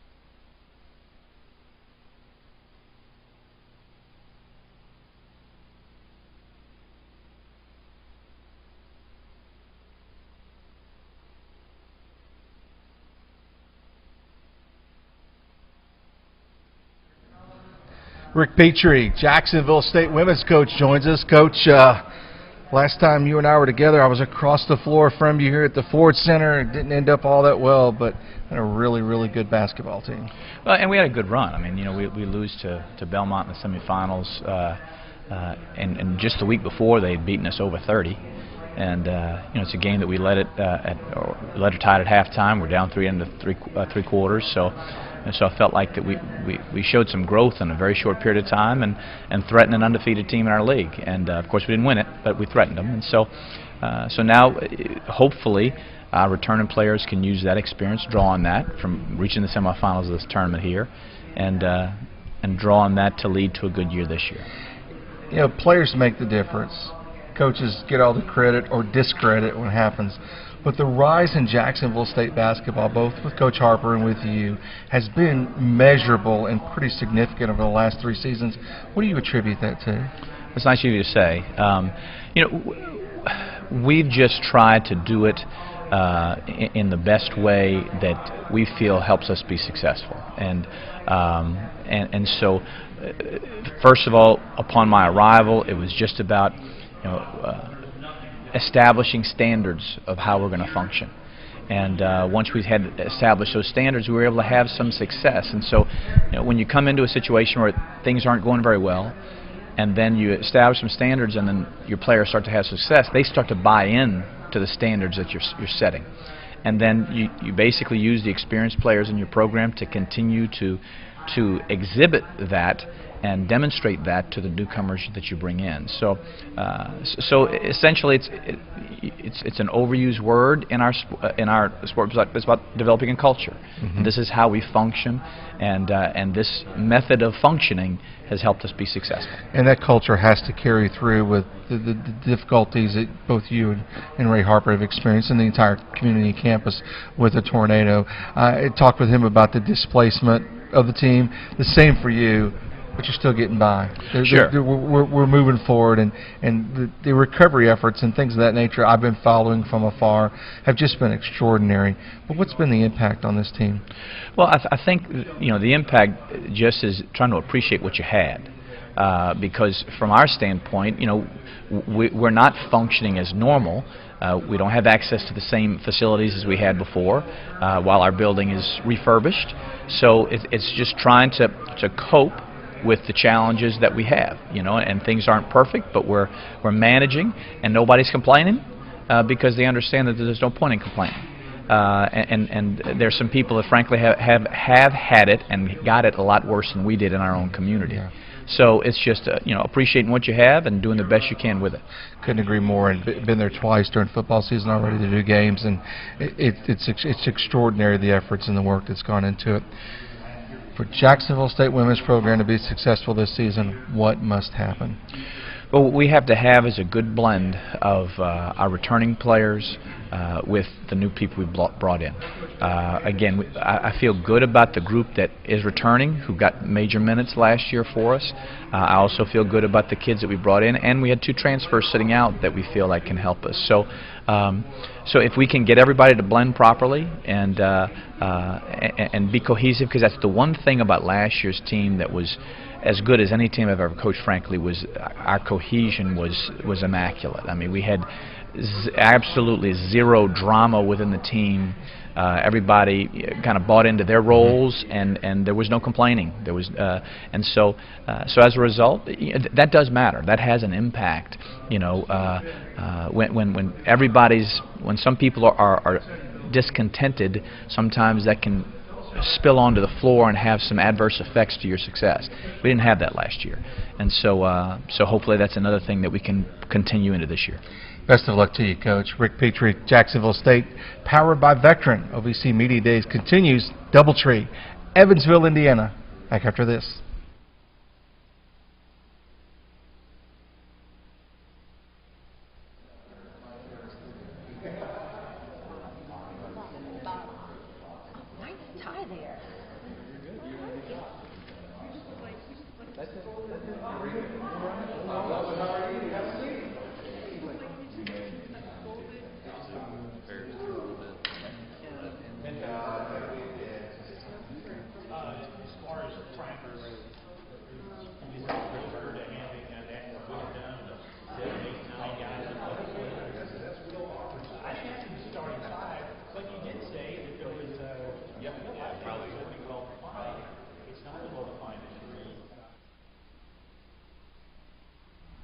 Powered by Vectren, OVC Media Days continue. Basketball, Rika Patterson, Southeast Missouri, welcome. Thank you. The last time you and I saw each other, I was telling everybody I was across the floor from you, and the last 30 seconds of that game it still rings with you, right? Oh, absolutely, yeah, it does. So does that kind of a loss stick with you for a good while? Yeah, I think it does, you know, but when you are a coach and you've been doing this for 16 years, you're going to go through those. You're going to be on the bad side of them, you're going to be on the good side of them. And as we try to teach our young ladies, it's how do you respond in life when things don't go your way. And so looking forward to making it back here to Evansville and having an opportunity to compete for a championship. For those of you that do not know Rika, her lineage in coaching is pretty impressive. Well, thank you. Your mother, a longtime coach.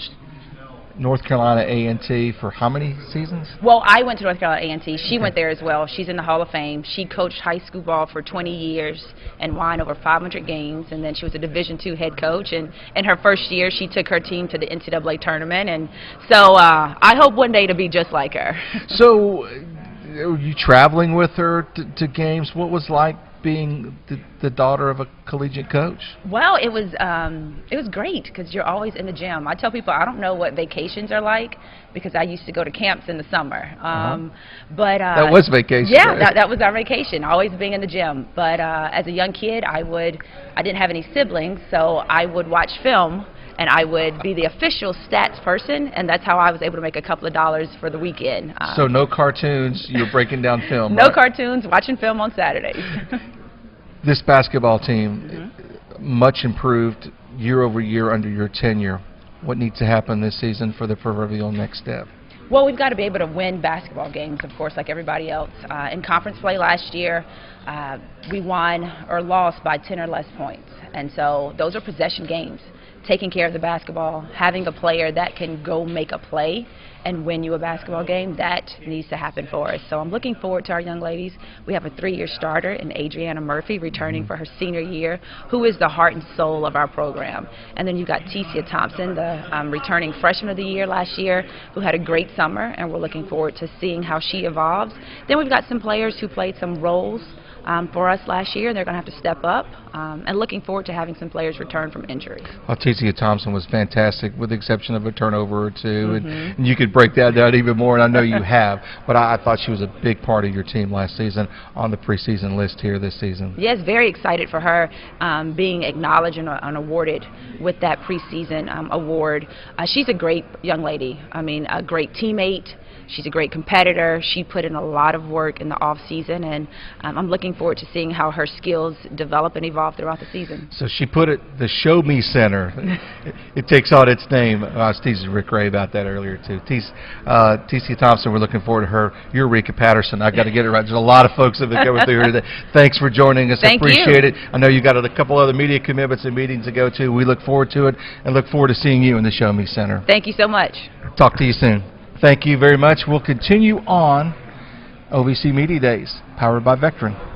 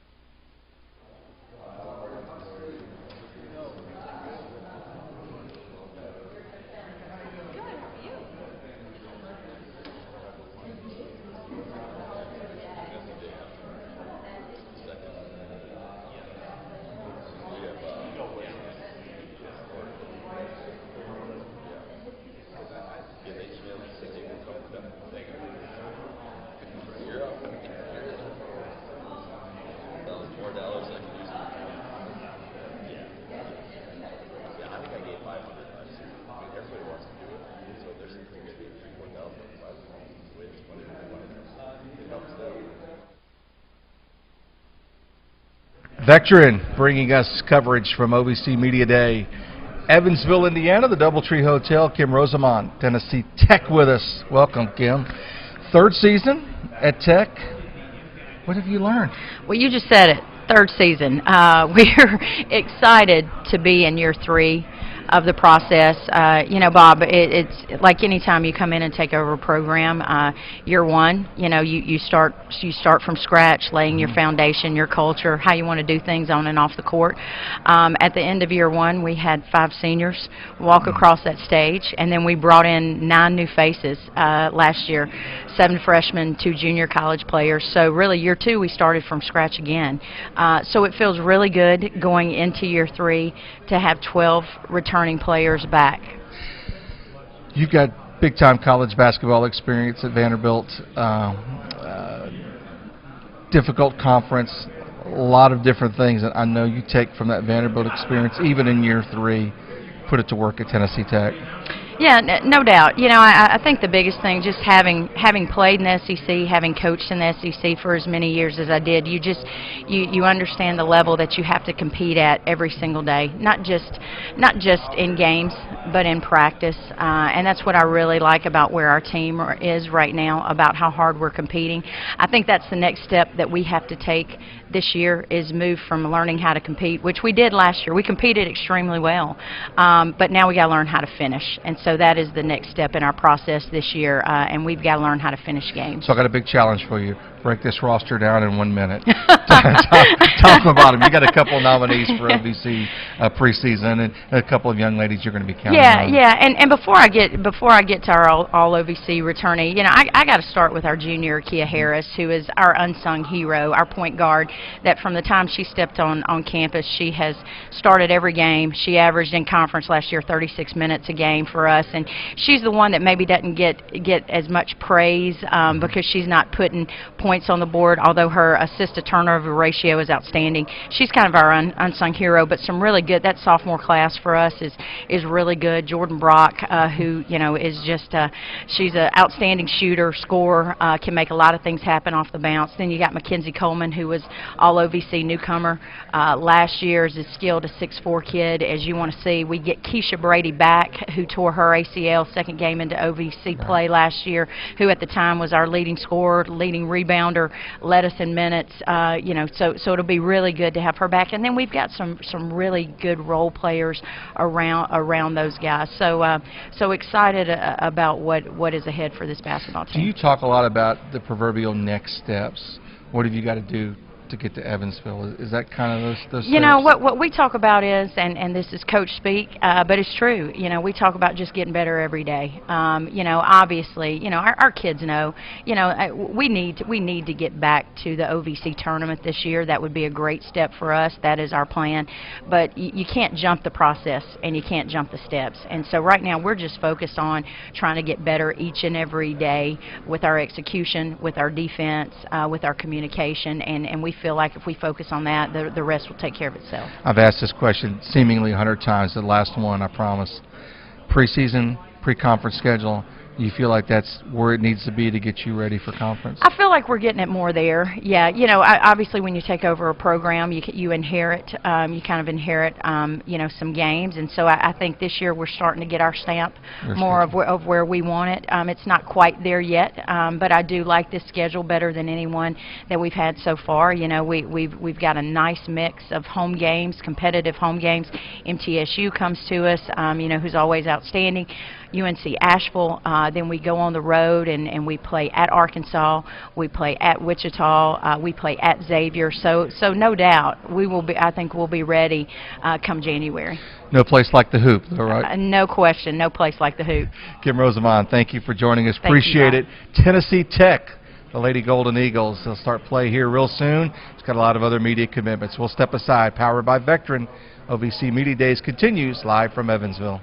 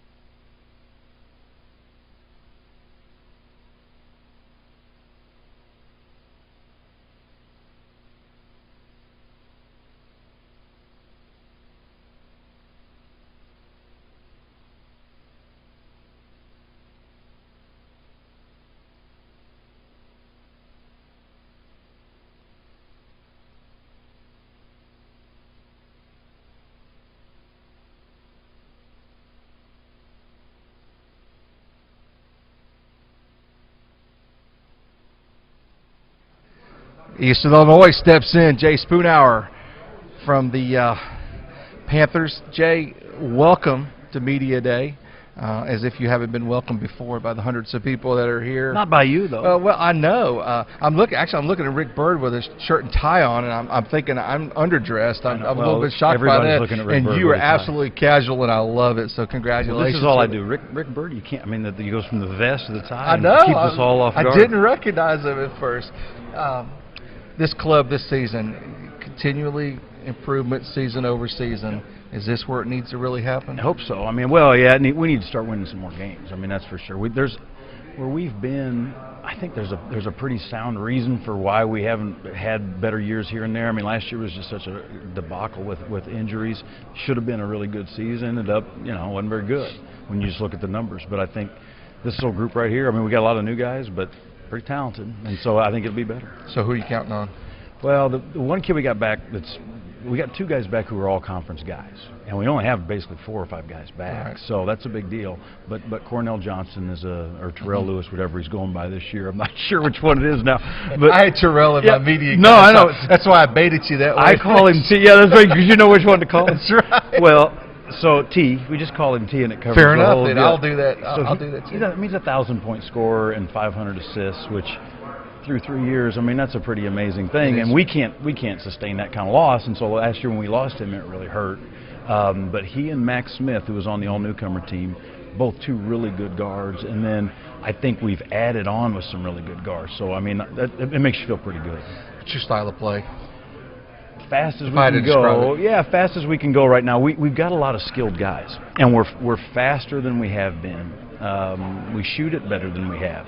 So, I mean, if you're fast and you can shoot, and they listen, fairly well, it'll just kind of be whatever they decide to do that night. So how much of that is pulled from your late father's?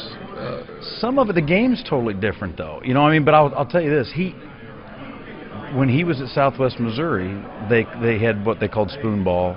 And what it was they held the ball literally until it was just like you couldn't, because there was no shot clock.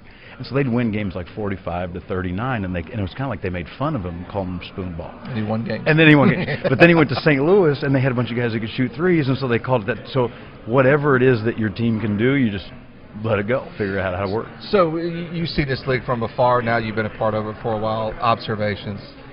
Well, it's always I think it keeps getting better. I mean, I think our team's quite a bit better than it was my second year, and we're not any higher up in the standings.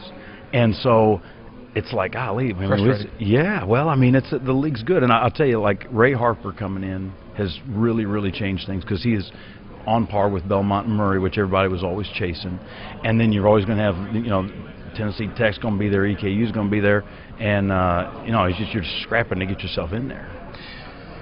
Lance Arena, difficult place to play, interesting configurations, with all due respect. How do you make that a tough place? If square is interesting. I'm not a geometry guy, so help me out, Jay. Yeah. You know what it is I'll tell you what it is. It's cement, mostly cement, and then it's metal roof.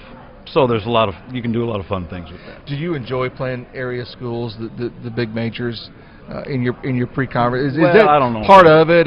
Do you feel like you have to just? Yeah, you have to. All of us. I mean, maybe not all of us. To some extent, we're all in the deal where we need to raise money. Men's basketball is the best vehicle for raising money for most schools, just because now these the games you play, the guarantee games, you can get paid pretty well. And so I don't know if I enjoy, but we've had some success. But it isn't. It's not a great thing to go play some of those guys. Eastern Illinois Panthers, Jay Spoonhour. Jay, thanks for joining us. Appreciate it. I know you got several other media commitments as well, and we're just rolling them through, folks. We'll continue. Sponsored by Vectren, this OVC Media Day.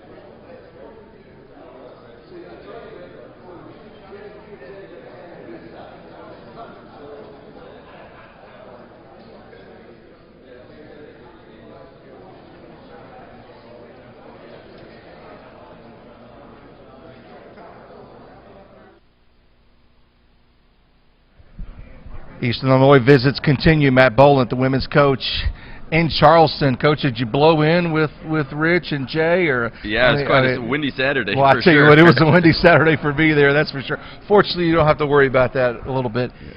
Welcome to the league.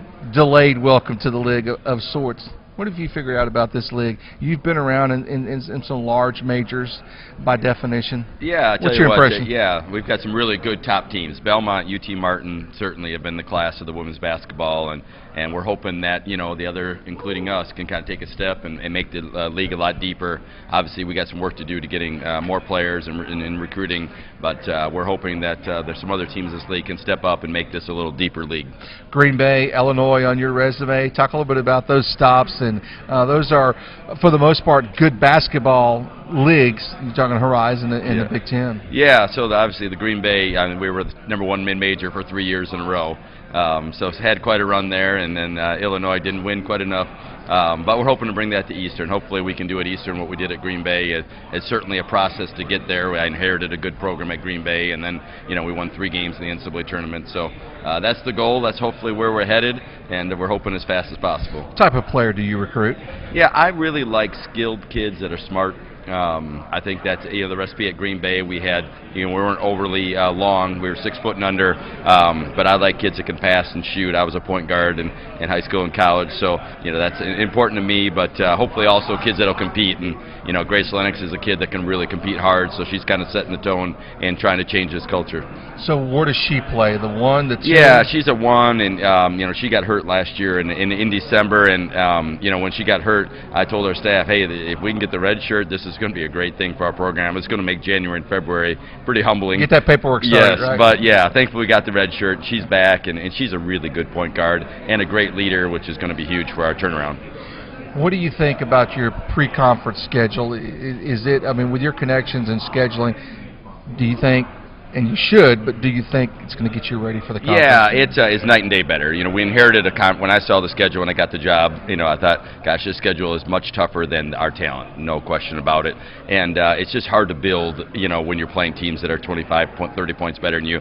That's where we're at last year. Obviously, we're going to be better this year. We're going to take a step. We hope it's a huge step, but I think we've done a better job of preparing the schedule to build some confidence and get us ready for the OVC. So what needs to happen for you to get here to Evansville? Yeah, we just got to take a step. One, Grace got to stay healthy. You know, your point guard. Last year we had a lot of close games, and just we had Carly and Taylor trying to make plays at the end of the game as freshmen. The great thing is they learned, but Grace has got to stay healthy, so we got somebody on the floor that can make the plays at the end of the game when you have those close games. Obviously, we got to win close games. And then we just need to get growing. I mean, Grace McRae has had a great off season. So 3 of our sophomores that started as freshmen now are sophomores, and they say one of the best things about freshmen is they become sophomores, and certainly all 3 of those have gotten better. But they got great experience too. So I think it can happen. Obviously, we got to win some close games to make it happen. What do I see happening at your practice? If I were to go, what's going to impress me? Yeah, high level of intensity. Okay. I'm an intense guy. I'm passionate, and I think any recruit comes and they'll say, "Gosh, that was an as intense as any practice I've ever seen." You know, including all the big conferences, the way it was at Green Bay, the way it was at Illinois, and I want it to be competitive. I want it to be intense. Matt Ballant, our guest, Eastern Illinois, the Lady Panthers. We'll be back after this OVC Media Day, live from Evansville.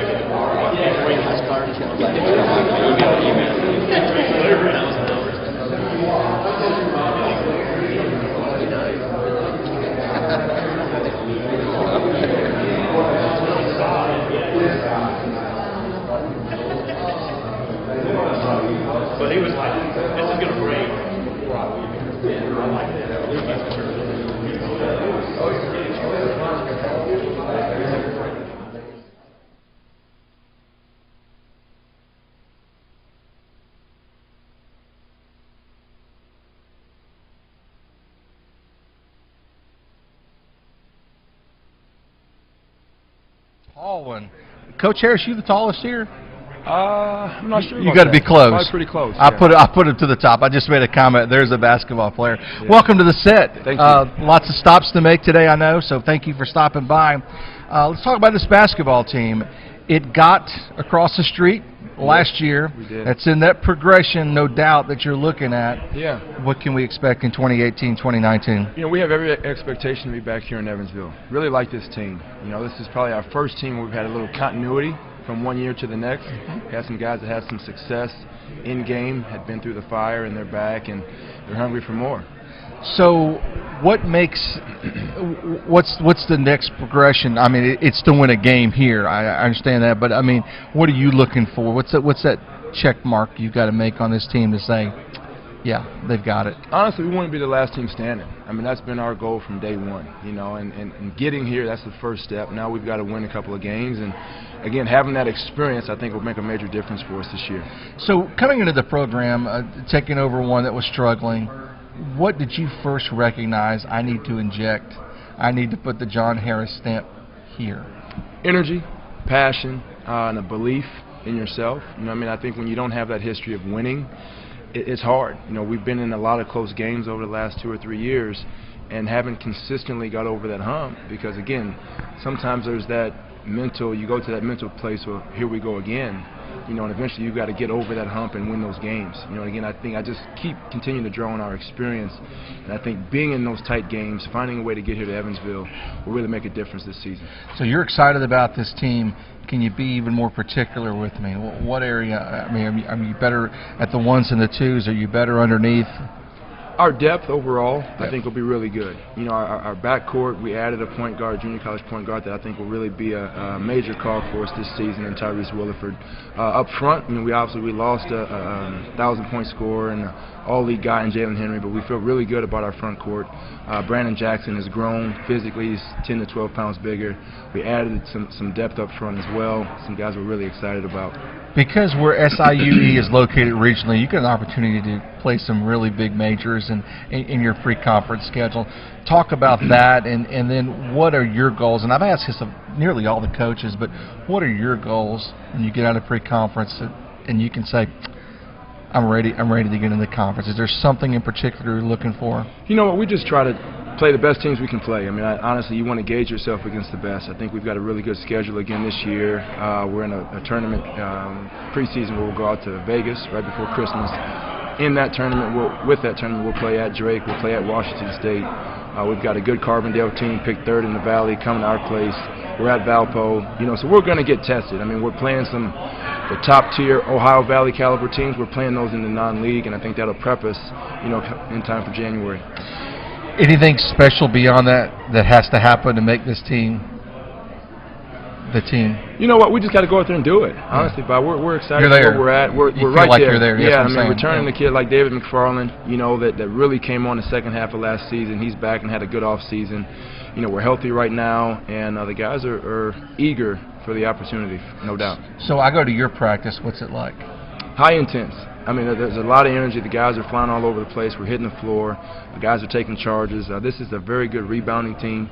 You know, so there's a lot of bodies clashing in the paint.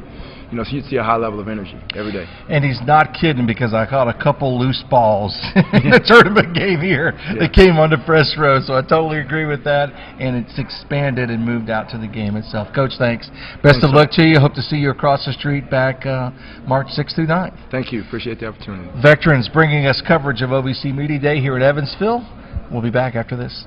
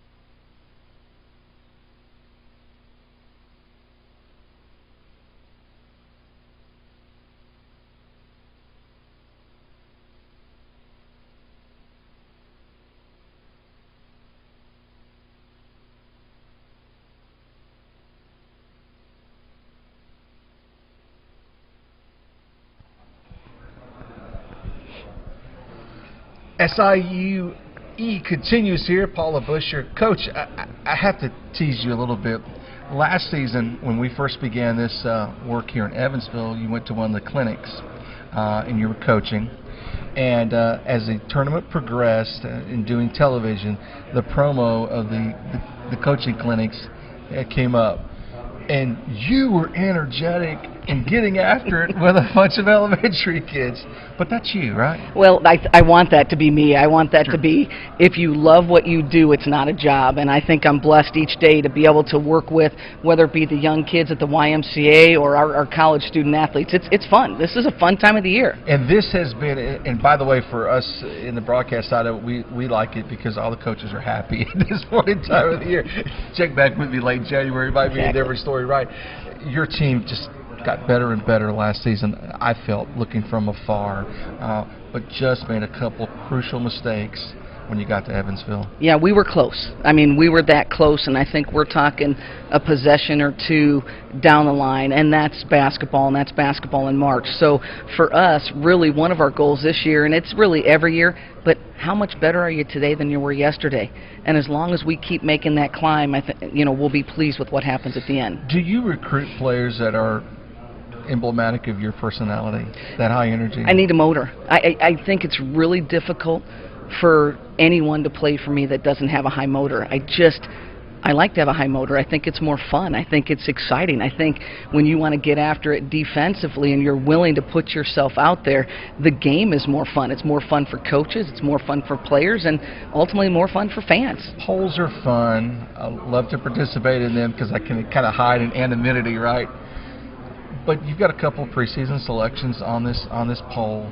Who has to step out for you leadership-wise this season? Well, we've got a really good group coming back, and I think the biggest piece that I've enjoyed right now to this point is we've got high-character people, and that makes them fun to coach. I think one of the people is Sydney Bauman.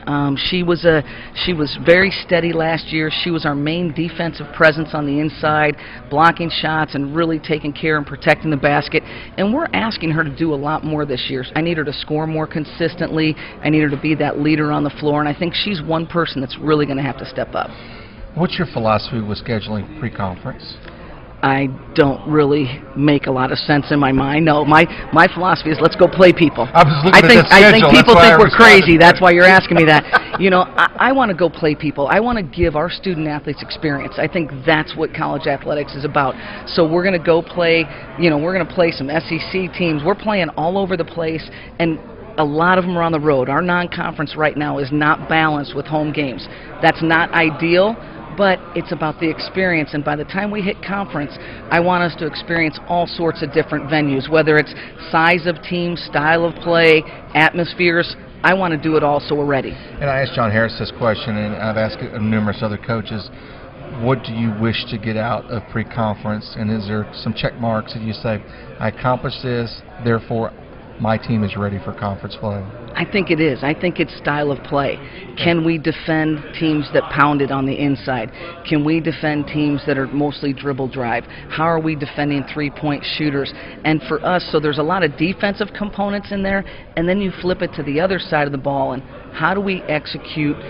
We like to run. We love transition, okay? But how do we execute when a team slows us down and puts us in a half-court game? And just kind of seeing that growth and also showing your players different ways to execute when they might run into some trouble spots. Watching you coach last season, I wanted to have this chance. Looking forward to sitting down with you. And I mean that with all sincerity because basketball has been almost your life. And we each have our disciplines. Football coaches, football, and you go on and on. But it really has been. How has that kind of transformed you? Well, it's helped me become the person I am. I have been fortunate to have some great mentors in my life. You were never a shy person, were you? Never. No, never. I come from a big family. You can't be shy or you'll just, But it's been a part of our life. I've got, our family comes to games. I've got nieces and nephews that have played through high school. Some have continued on in college. But, sports is a big part of things, and I think it brings out personality. It brings out confidence. But it's given me, an opportunity to work with young people and hopefully help mold them and give them opportunities in the future. Thanks so much. Appreciate it. Paula Busher, SIUE, to get those acronyms out. We sure appreciate her joining it. She hopes to return across the street here to the Ford Center March 6th through 9th. OVC Media Day continues. More coaches still to come.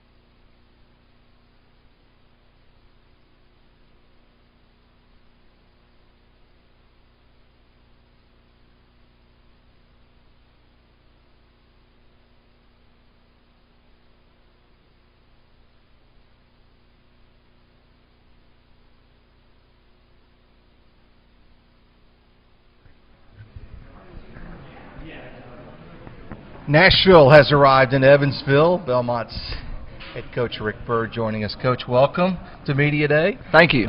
This is an exciting time of the season. I enjoy it. I get to talk to the coaches. They're kind of happy. They're not in they're not in mid-season for themselves. You've got an outstanding team coming back this season. Clearly, the expectations are always there at Belmont. This season appears to be no different. Yeah, and it's funny, too, because most people don't realize we actually have 10 freshmen out of 15 players. So we've got some nice kids coming back, but I don't even know how you get to 10 freshmen on a team. And it's going to be a different kind of year for us. I think they're talented young kids, but putting them all together is a proposition. Dylan Windler.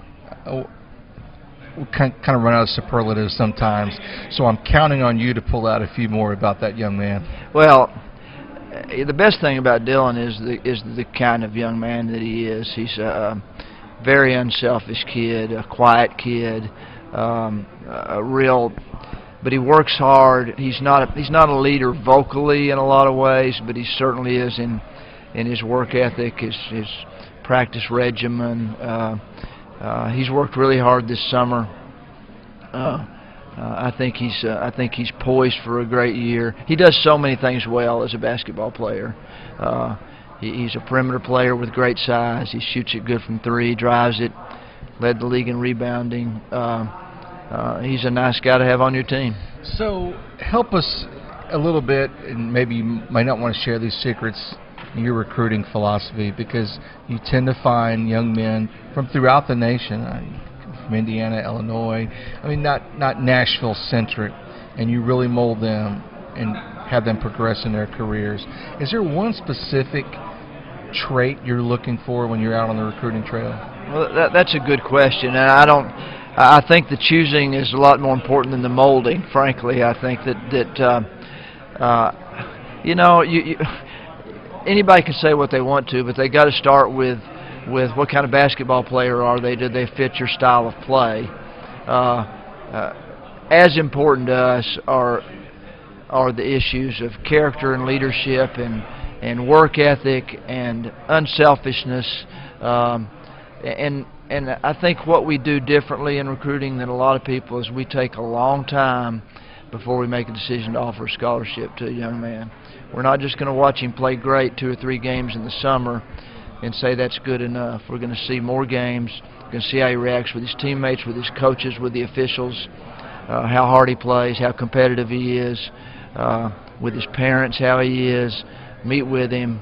I think our evaluation process includes a lot of things and lasts longer than a lot of programs. You're going to some fantastic, exotic places this season, to include, and Kevin Ingram's very excited about this, Pauley Pavilion. Yeah. Talk a little bit about how those games come about. Well, Pauley Pavilion is going to be great for me. I mean, I am certainly old enough to remember John Wooden's teams. I worked John Wooden's basketball camp right after he retired. I was a fan of his. You know, that one ended up with, I mean, I've asked several times about playing. Steve Alford and I know one another. He's been a little reluctant at times because that's a high-pressure job and you can't afford certain kind of losses. But they needed a game. I think he felt like they're going to be pretty good. There's also one of the other things that helps us in the scheduling is this thing about they need to schedule good team, what they consider good teams, and get quality wins instead of taking the 350th How it's changed. So that helps us. Also, trips north. They go to some cold places in the winter. Green Bay is pretty cold, isn't it? Yeah, that's that trip, and of course we're taking a trip to Purdue, which ties the whole John Wooden thing together because that's where he played basketball in college. And Matt Painter's a good friend and a great coach, and that'll be a good tough game. 30+ years of doing this, you still genuinely enjoy it every day. Is there some point in time when you're saying, with 10 freshmen, oh, maybe I might think about it? Well, I've said a lot recently as people ask this. You can imagine it gets asked in recruiting, Sure. How long you're going to coach, and I am at a year-by-year basis really at this point. And I do want some healthy years. I play golf, I play tennis. I hear you're good at those golf. kind of things. Well, depends on the day and the shot, but I like it a lot. But I also like this team, these young men. I like what I'm doing, so I think it's smart now to wait till after each season, give it some time, see what you want to do next. Bad question for this time of year for sure. We're looking forward to it. Rick Bird, Belmont, joining us. Our thanks to him and the entire Belmont staff for helping us out here in Evansville. Powered by Vectren. OVC Media Day continues. More coaches' interviews. Got some more players coming up too right after this.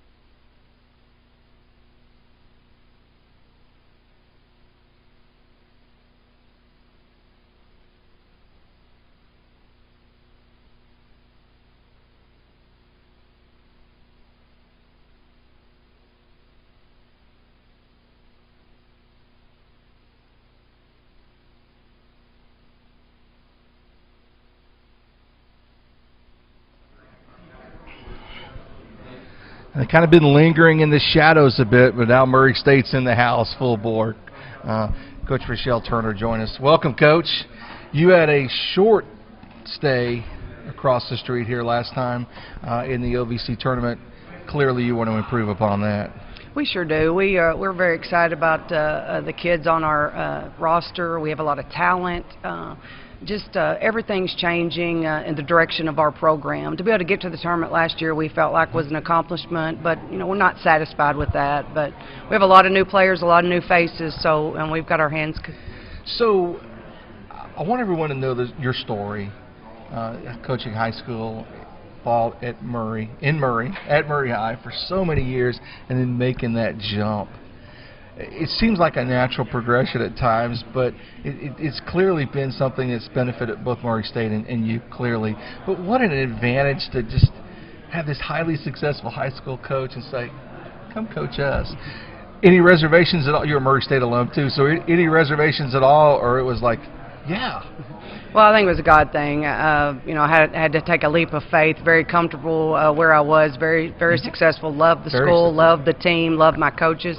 So it was a difficult decision, but I just felt like that at this point in my career, if I was ever going to do it, I need to do it, and I didn't even have to move houses to do it as well. So I didn't have to uproot my family or my children. But believe me, there's been times that I've wondered, what in the world were you thinking? But for the most part, just extremely blessed that Murray State would give me this opportunity to touch and be in the lives of our players. So coaches will say basketball is basketball, but it must be different at the collegiate level versus the high school level. What surprised you the most making the jump? Well, I think, you know, the recruiting aspect of it is completely different. I mean, that's a 24/7 job, and that's something that you have to be adamant about. And when you're trying to coach your own team and then trying to build your team for the future, you know, sometimes that can be overwhelming. But I just think that the speed of the game, the shot clock, obviously was an adjustment, just like it is for our players coming in the first year. So there were several things that are different, but it is a lot the same. Let's be real. You're in the shadow of an enormously successful men's program. Any added pressure? Or what's that like? Well, you know, you just strive to want to be like them. I mean, Coach McMahon and his staff are outstanding from day one. They've been so helpful and supportive of me and our staff and our players. It's just a great relationship to have for Matt and I to be able to sit down and just throw ideas off each other on a daily basis. So I'm very appreciative of him. But, you know, you look to them and you strive to want to be them, and you have your players watch them practice every day and see how hard they go, and you try to emulate that success. So what's got to be the key ingredient for success for this team this season? We just have to grow together and basically go through the fires of playing a young basketball team with a very difficult schedule, and just continue to get better in work. And we just got to get better inch by inch. I sense you're having fun in this role. You kind of embraced it. I know it's been a challenge, but I just sense, I'm watching you coach, I just sense you just, what's the old saying, you're comfortable in your own skin, you're getting there. I'm really enjoying this year's team. They have great attitudes, really bought into the we over me. They're very coachable, and they make my job very fun. Congratulations. Thanks, Coach. Appreciate Thank you. it. Rochelle Turner. Murray State Lady Racers finished in a little bit of the bottom of the pack, but that will change because remember, last season they were in the tournament here in the Ford Center. Powered by Vectren, OVC Media Day continues. Got more interviews coming up after this.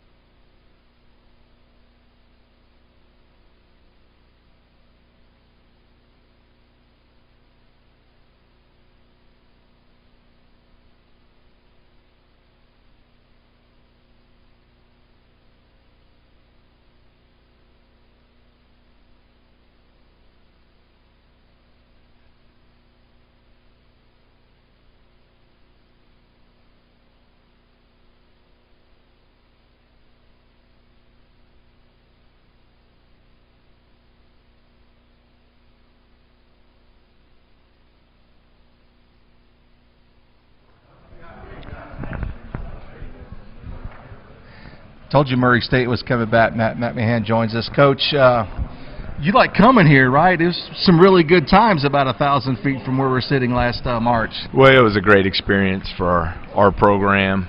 I thought it was a big step forward for our league as far as what your conference tournament should look like, being in a nice venue like the Ford Center. We had 6,000 Murray State fans show up in full force and create just an incredible environment last March. Yeah, some people argued it might have been like a home game for you.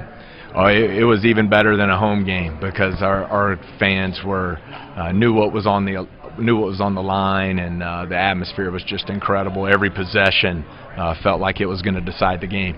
And it was very fantastic. Coach is kind of understating how good it felt then. Okay, great success. Now you got to do it again. Yeah, just move it forward. You know, we celebrated there for a couple days.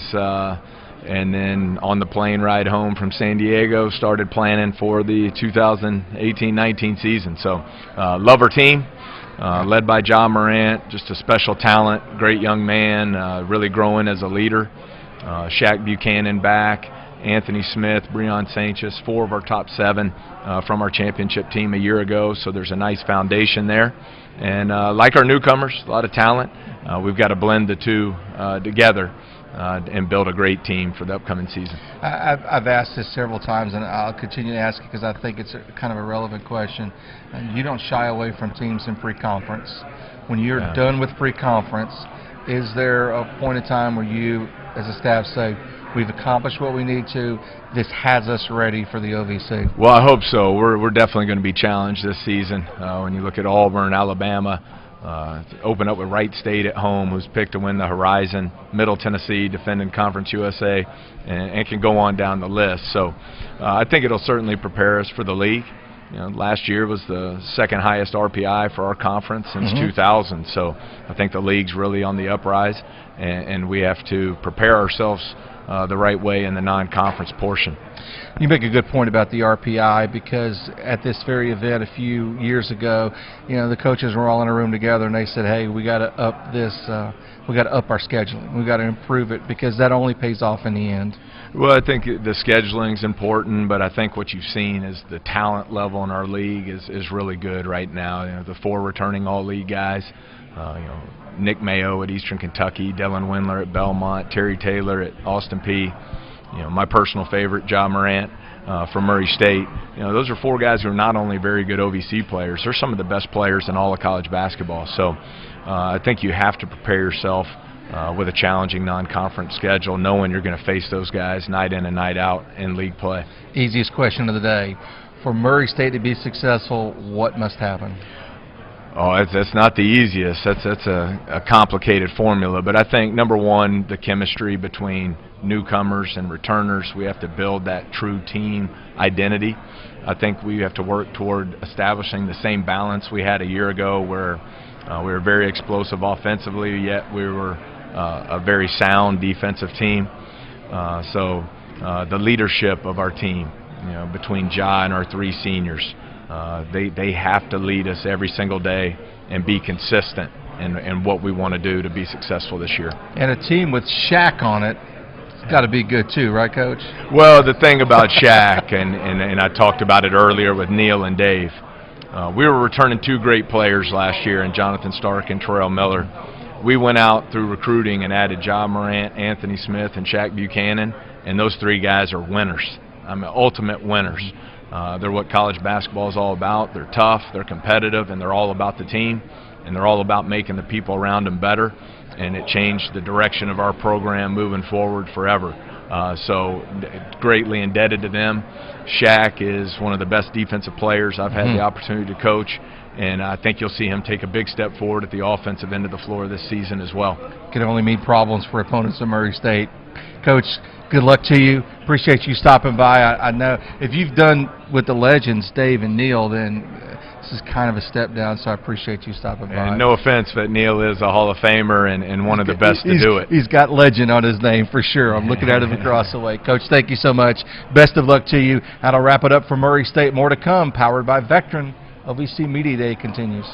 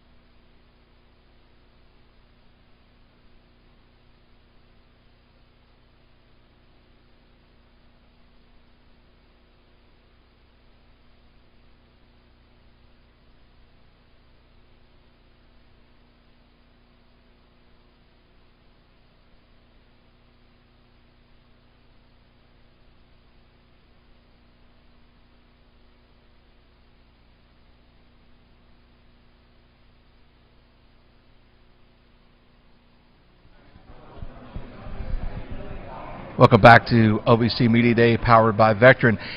This is a coach that couldn't wait to get back to Evansville quick enough. Bart Brooks from Belmont joins us, the women's coach. What a tremendous tournament run you had here last season. Yeah, I mean, just even the drive in last night, seeing the city and seeing the DoubleTree and the Ford Center, brought back a lot of really good memories. And yeah, you got that right. It's exciting to be here and see these coaches. It just gets you ready to play a little basketball. And from the media perspective, and I said this a time or two, we like talking to all of y'all this point in time of the season. Maybe not so much late January where maybe you don't want to talk to us.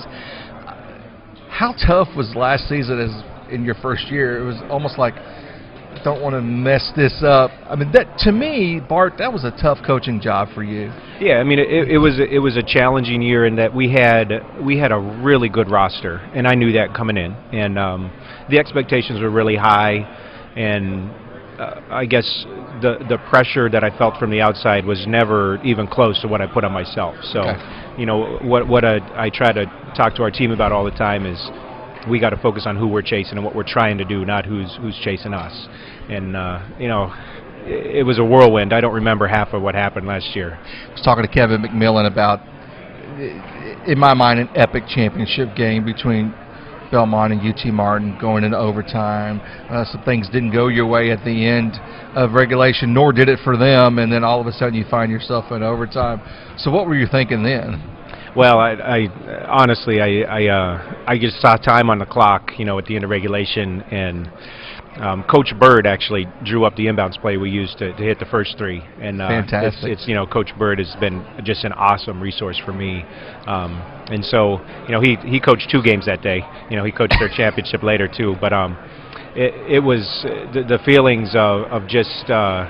I never got to the place of thinking we were going to lose, and people think that's crazy, down 6 with 16 seconds left. But once we got that first one to go in, I just felt like we had a shot, and the ball. I mean, we got fortunate. Our team made some really big plays, and the ball bounced our way. So. I did not ask Coach Bird this question, but I'll ask you this question. You've got the preseason Player of the Year in the conference coming back for you, Darby Maggard. Is that a tough job to coach such outstanding talent? Does it get tougher? How do you approach that? I would much rather have that problem and try to figure it out, having Darby on your team than not having her on our team. I sleep so much better knowing she's our point guard. And it's a challenge, I think, in that everyone we play is going to try to keep Darby from doing what she's doing. And as she progresses in her career, the other players around her are going to have to be a lot better. And we have a new group this year. So really for us, probably the hardest thing we're going to have to figure out, or the thing that's going to take the longest time to figure out, is who are the other players who are going to replace some of the guys we had last year and do some of the things that we need to do in addition to Darby. Kind of unfair question, but are you at a point where you're comfortable? I mean, just a fantastic first season. And now we're in season 2. How do you feel? How do you feel about that? Are you where you need to be in Bart Brooks's mind? I felt great until we started practice, and now every day we practice, and the world is ending again. But it's so much, just understanding the place I work, how to get to and from the parking garage, all those little things that were a challenge last year. Now I got the drill down. I have my routine, and I get to coach a great group of young women, so I'm blessed. Bart Brooks, thank you so much. Appreciate it. Won the championship here last season, tournament championship here. Hope to repeat as well. Had the preseason Player of the Year, Darby Maggard, that Coach Brooks just talked about, on that club as well. Back with more. OVC Media Day continues on. Lots more coaches, and I'm seeing a lot of players linger around as well. Right after this.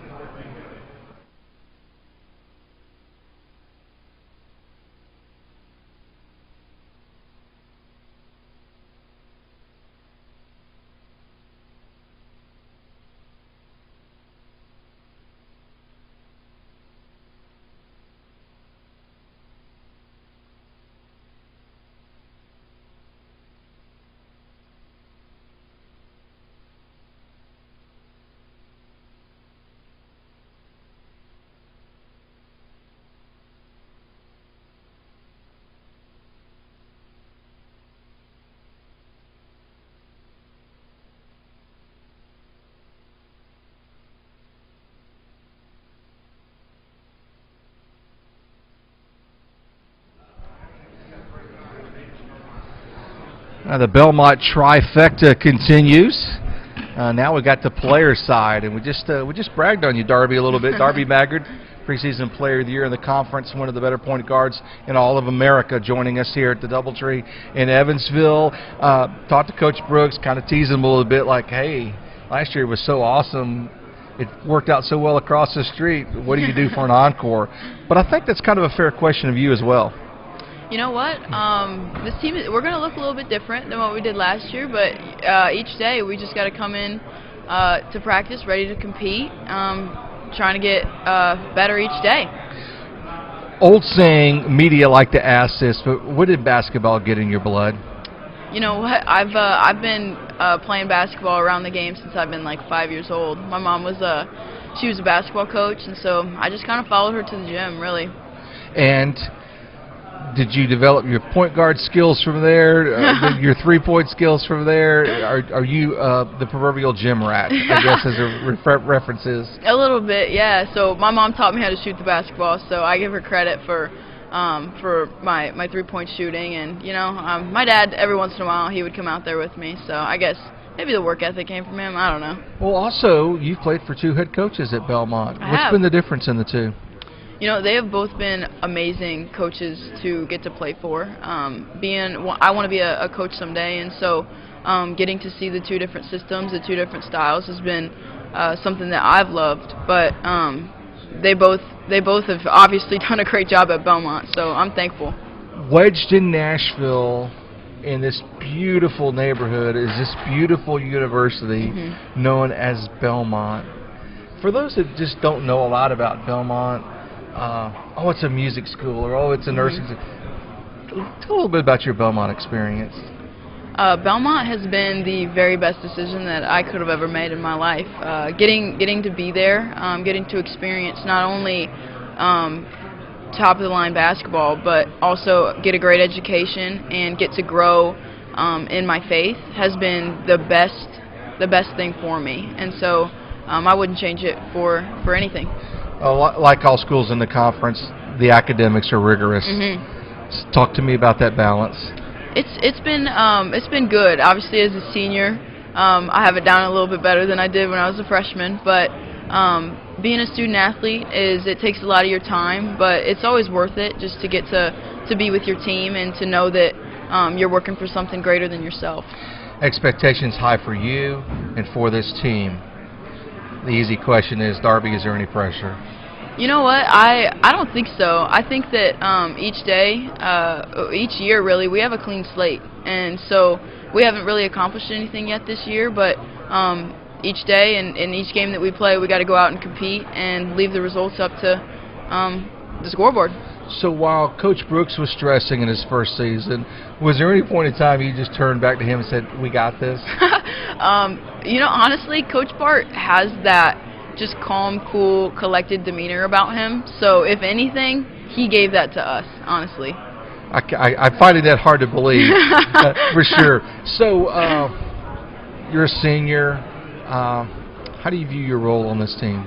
It's a lot for you. Back to the pressure question still, but there's a lot of your expectation, not only for you, for the conference, but there's probably some internal expectations for you to be the leader here too.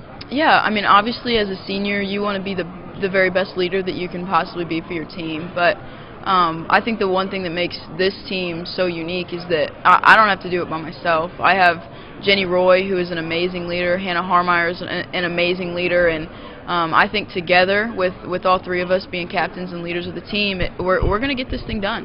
Best of luck to you. Thank you. Darby Maggard, preseason All-OVC Women's Selection Player of the Year. Lots to go. Lots of good things to happen ahead for Belmont. Vectren, thank you for sponsoring OVC Media Days. Back with more after this.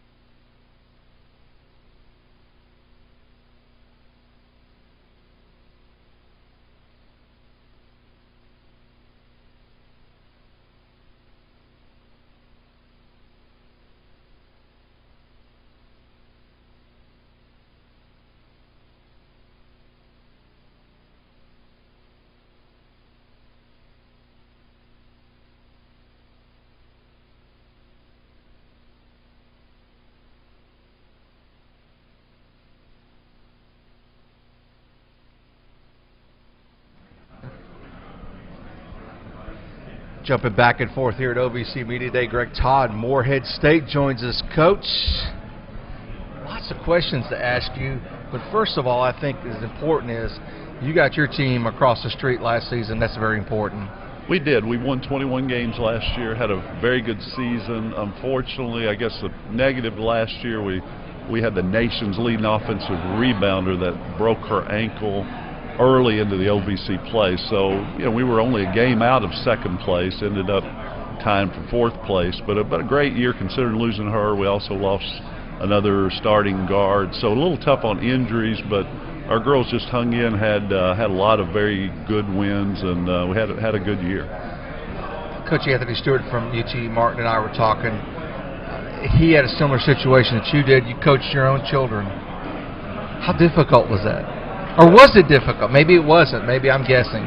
You know, my daughter, I think maybe good. She always put the academic end of things first, so I don't think her emotional level got as much as a coach. So it was easy to kind of fly off of her if she had a bad game. But she had a great career. I think had a lot of games where she really helped us. She was more of a backup center, but when Tiara got hurt last year, she moved into the starting role and really helped us win some big games. So that's just an experience that literally is kind of once in a lifetime, and didn't necessarily expect that to happen, and just worked out, but very memorable for both of us and our family. Boy, it's real easy to say Miranda Crockett has to have a good season for you, but Miranda Crockett needs to have a good season for you.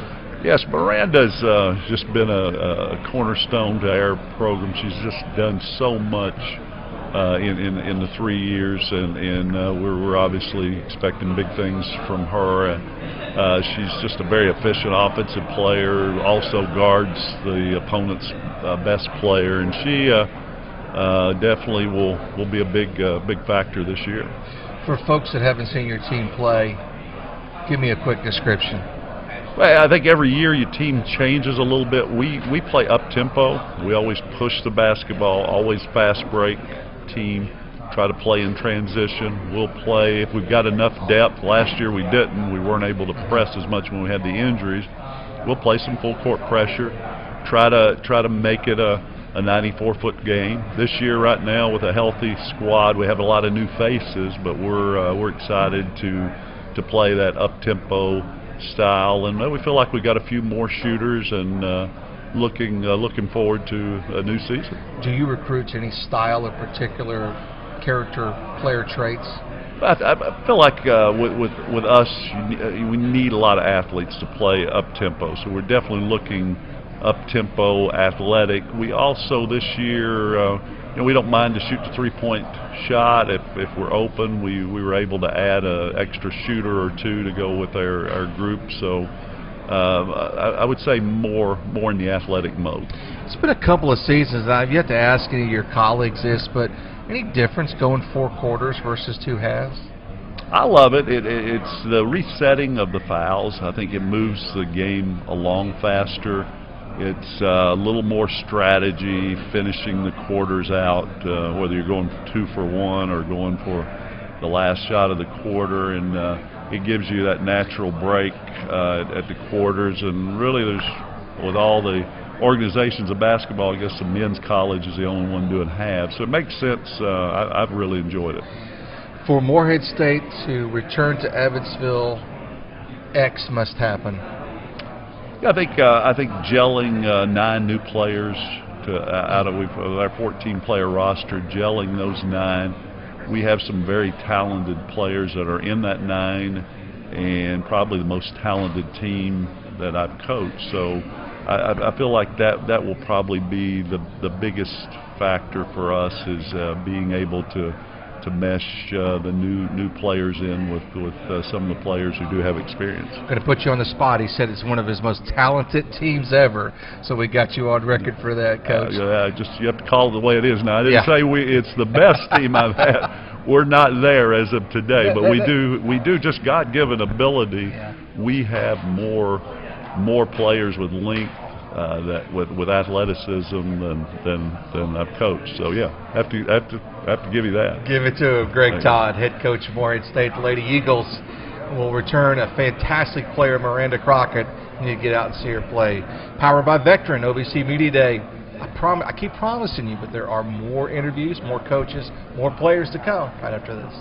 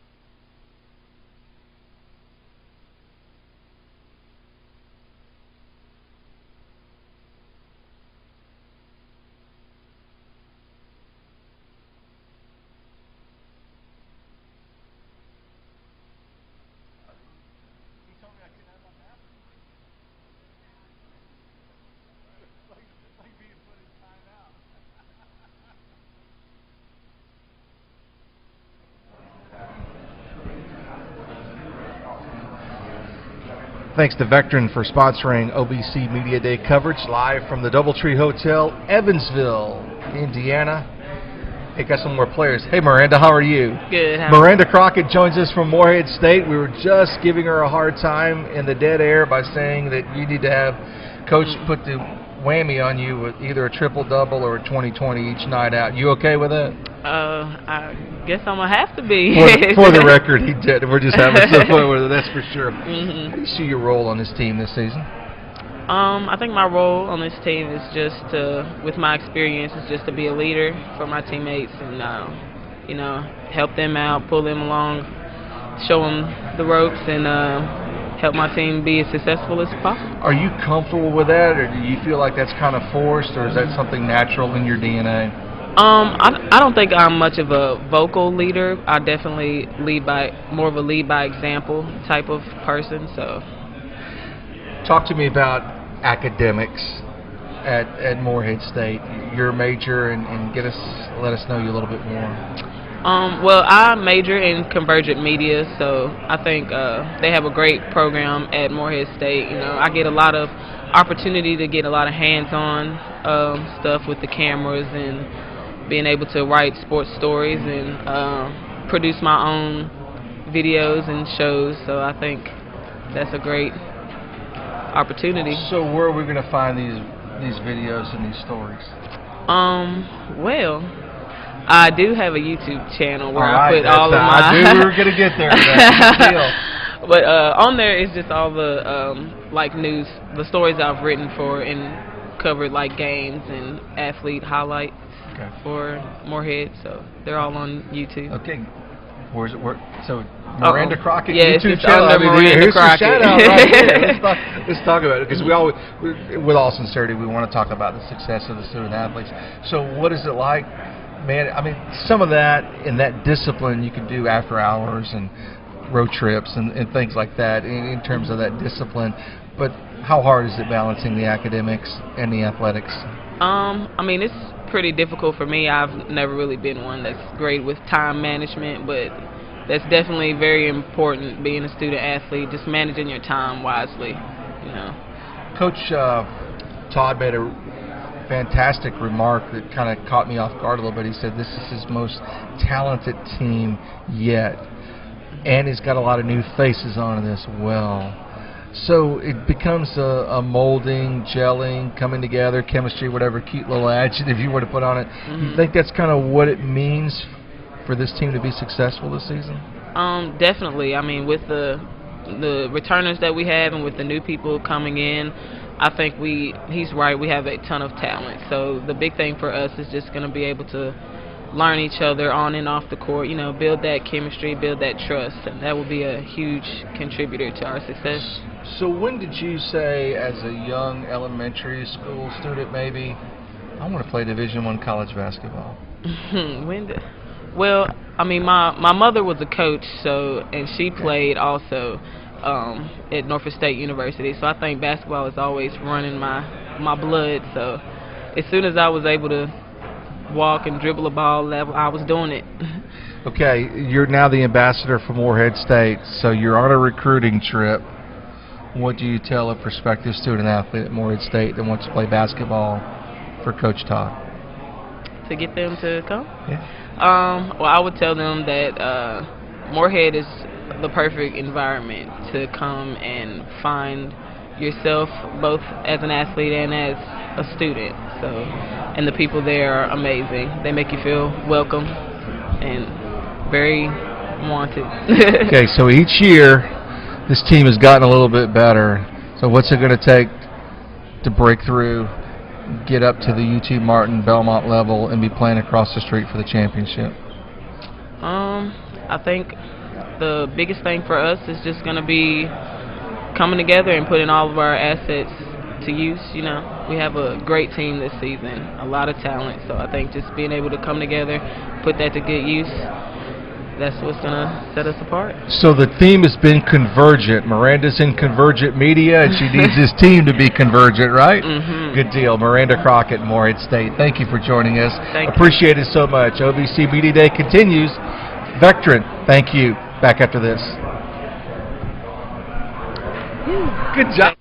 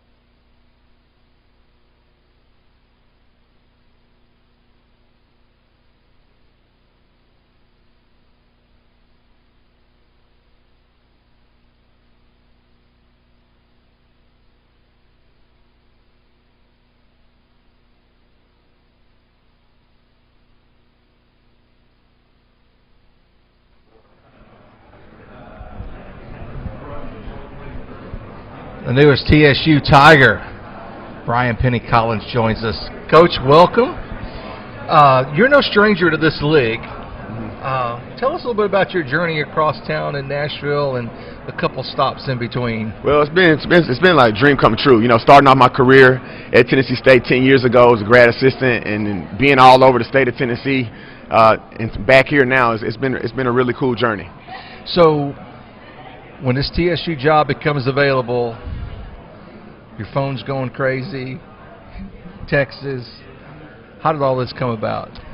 Certainly there's a natural inclination there. Right. Well, in 2014 I interviewed for the job when I was head coach in Columbia State, and obviously didn't get the job that time, but I felt like I really ruffled a lot of feathers and made a really good impression on some important people.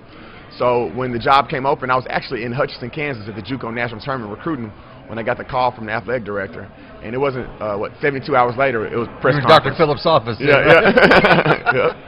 So, tell us about your Belmont experience. Oh, it was one I never regret. Being able to stay right here home in Nashville and play for a legendary coach like Rick Byrd, and really just helping that program get to the level that it is now. I was part of the first team ever to get in the NIT in the postseason, and I was also a part of the first team ever to play in the NCAA tournament. So being one of the pioneers for Belmont's program is something that I always kind of hang my hat on, and I've learned so much from Coach Byrd, and I'm just some of the same values that we had at Belmont, I instilled in my program at Tennessee State. So all of that's over with now. Yeah. You're the man at Tennessee State. How's that feel? Feels good. It's been a journey that's been a long journey, but it came pretty fast at the same time, and I'm very excited to be here, and and I'm going to take full advantage of it. Tennessee State is just a unique environment from a lot of different venues in terms of it's always had great recruits, nationwide recruiting footprint for the most part. Sprinkle in some transfers every now and then. You've got players that have been at Tennessee State that are in the league now. Talk a little bit about the environment at Tennessee State, because it's something clearly I sense you're going to thrive in. Yeah, well, it's my culture, and it's a beautiful campus, and obviously we're in a beautiful city like Nashville. We have a really good culture of different kinds of people on campus. We have fraternities and sororities. We have great doctorate programs. We have great nursing programs. We just got great people on campus, period. And the school itself, our Gentry Center, is 10,000-seat arena, a beautiful arena that is going to go through some upgrades, and we're very excited about that. And our program is going out and getting, like you said, a national recruiting. We got guys from California all the way to New York, and we're going to increase our recruiting ties in Nashville as well. So how did this interview go with Dr. Phillips? What in your mind do you think you told her that got you over the top? I just think she really sensed the energy and the passion that I have for the university and the program, and she knows that I want to win, and she also believes that I'm here for the long haul. All right, let's talk about this roster, top to bottom. What do you need out of it? Where's the scoring going to come from? We really feel like this group is going to be different from last year, because we're going to play a little faster. We're not going to be as big, but our guys are going to play with confidence. The guys are going to play freely. We're going to come down and try to get a good shot every time on offense. We're going to change our defenses up. And this group is going to get a bulk of its scoring from its perimeter players. We got a lot of guys back from last year's team. Armani Chaney, who's a starting point guard last year, Kamar McKnight, and those two guys are going to be two of the guys we're going to depend on a lot. Does the personnel that are there now reflect how you want to play? Yes. I was very, very lucky to come into a situation where there's already a great group of guys in place. We went out and did an unbelievable job of adding guys to this culture and to this program, and we're excited about the guys we got coming in. Pre-conference schedule, Tennessee State has never shied away. No exception this season. You think, and you should, but do you think it really properly prepares you for this conference? Absolutely. Our goal is to play an NCAA tournament, and we want to play against programs that are going to be some of the top programs in their league. Just like Kentucky and Memphis and Western Kentucky and Akron, all those programs, Lipscomb, all those programs are going to be picked preseason first or second, or they're going to be NCAA tournament teams, Vanderbilt as well. So we want to see where we are against those programs to prepare us for OVC play. Now, it's happened time before, and it's final question. It's happened time before. How odd is it going to be coaching against Rick Byrd? It's going to be like Daniel-san versus Mr. Miyagi. It's going to be interesting. It's going to be fun. But I'm looking forward to the competition, and it is going to be a little eerie feeling going back to my old stomping grounds, but it's going to be exciting at the same time. I think he does too. I think he's kind of looking forward to that as well. Brian Penny-Collins, our guest here.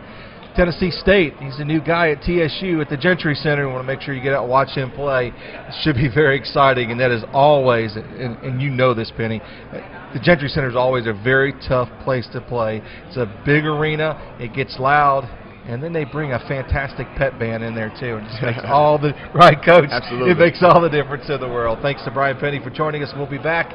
OVC Media Day continues.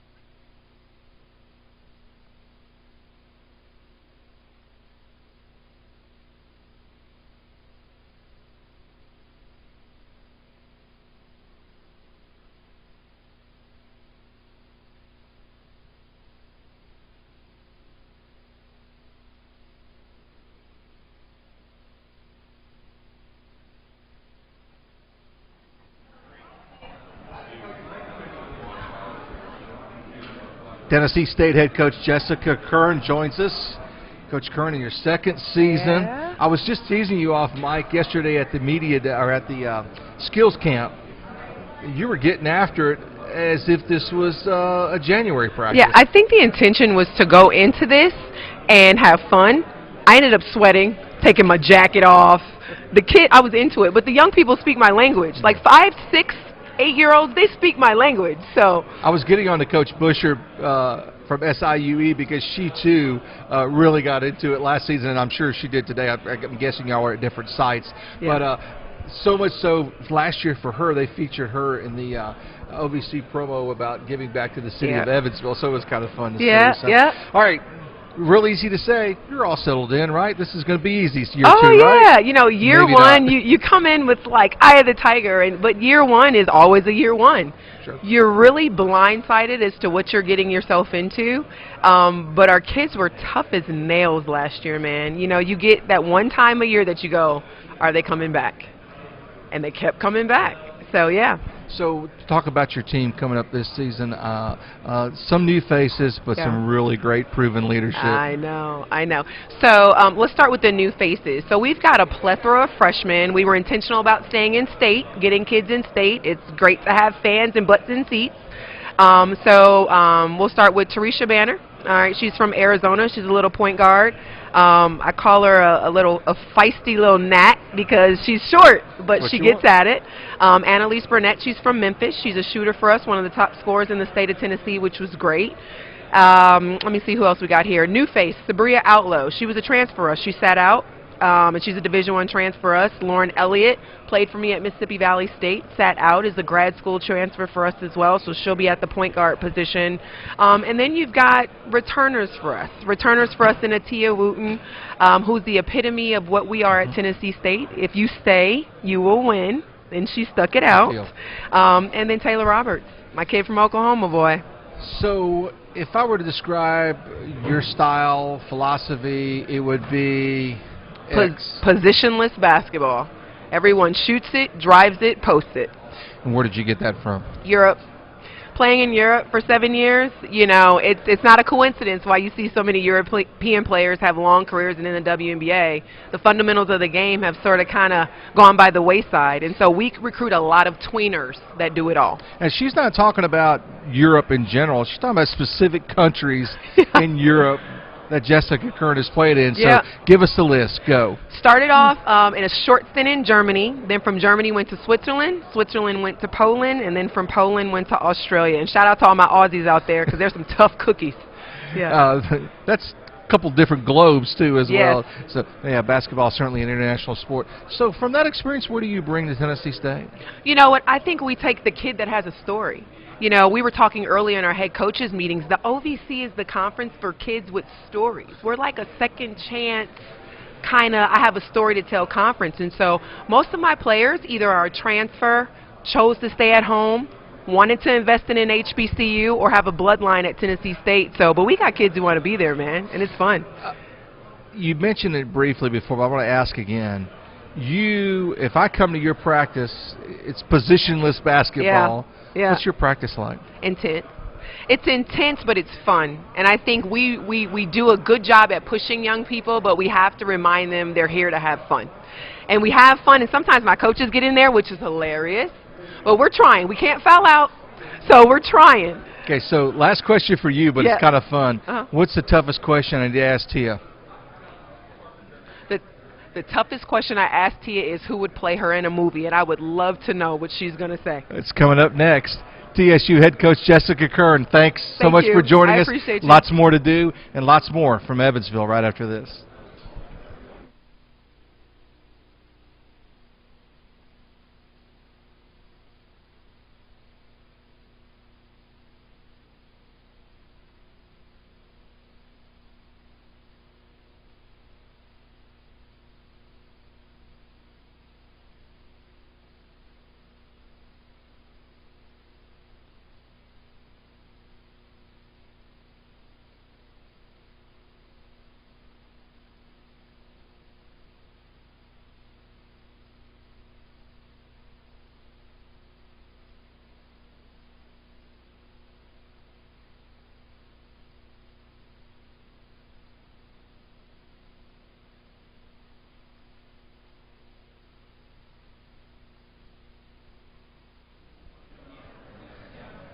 Tennessee State's Tia Wooten joins us.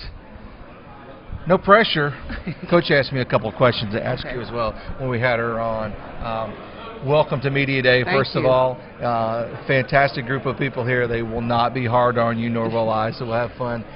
Playing basketball, been in your blood for a long time. Long time. Talk to me about it. I've just been playing ball for years.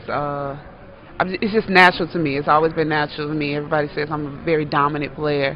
I just go out and have fun. I'm a competitor at heart. I love to compete, so that's what I love to do. So for someone that has not seen you play yet and they come to the arena beyond the competing, what am I going to see in Tia Wooten? You're going to see aggression. You're going to see a fight to the end. You're going to see power. You're just going to see a will to win. Just somebody who really wants to win. Like I said, I'm a competitor and I hate losing. Are you okay being the leader of this team? Yeah, I am.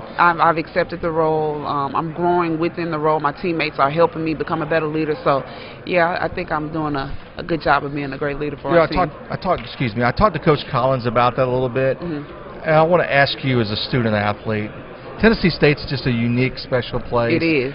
28th at Jefferson right there. Yes. Talk to us about someone that may be on the fence about attending Tennessee State. What would you say? Tennessee State is one of the, like you said, it's a unique school. It's one of the top HBCUs in the country, historically black colleges and university. And it's no other better place than the land of gold and sunshine. It's unique. If you stay at Tennessee State, you'll win.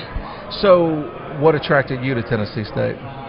Well, I grew up around Tennessee State, which is crazy. Since a little girl, my mom went, her sister went, and I have a great aunt that graduated in the 40s. So I'm a third-generation graduate. And since a little girl, I've always been at the parades and homecoming. And when it was time for me to decide on a school to go to, I didn't even know that TSU offered me in the 10th grade, and I didn't realize it until my senior year in high school. So it was actually between UT Martin and TSU. And since I had a bloodline at TSU and I have family in Nashville, it was just right. It was just right to be at TSU. For Tennessee State Lady Tigers to be successful this year, what must happen? For us to be successful, we got to push through. If things don't go our way, we just have to push through and keep grinding and know that there's a bigger picture for us working for this season. So grit and grind for us to get through this season. Saw her name earlier in the preseason charts. She's back on set with us, Tia Wooten. Thank you, Tia. Thank you for having me. Best of luck to you and Tennessee State. More after this.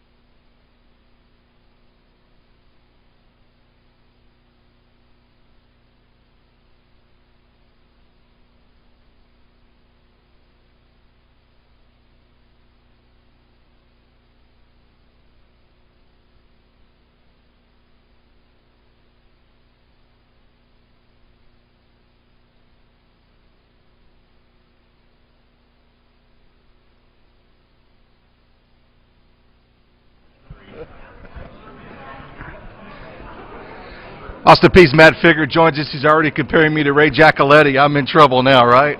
No question. You're going to be pretty good thing. No question. Second season. It's like you got a pretty good club. We have some potential. We got 7 kids back from last season.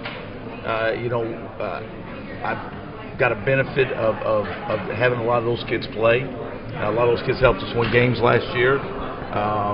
We're fortunate that we've got 5 of those 7 guys scored 20 points or more in a contest. So I don't know many teams in the country that has a player on their team, or 5 guys on their team, I should say, that's had 20 points in a college game. Very impressive first season for you, and then you brought some transfers in. Talk about these transfers you got coming in. We've got 2 junior college transfers. Both of them played at the highest level in junior college. Eli and Isaiah both went to the national tournament, so they give us some winning. And then we brought 2 graduate transfers in, Jabari McGee, who started his career at Tennessee and was at Western Kentucky, and then a kid named Jared Adams, who was Division II transfer from Adams State. Since Ray was in this seat last season, I want to ask you, what attracted you to the Austin Peay? Tradition, basketball, the area, being outside of Nashville, just the historical name of Austin Peay. I mean, to have a chant "Let's Go Peay," I mean, that's nationwide. Everybody knows "Let's Go Peay." So coming from South Carolina, Frank Martin coming into the OVC, what surprised you? What kind of interested you the first season? Like, I didn't really expect X.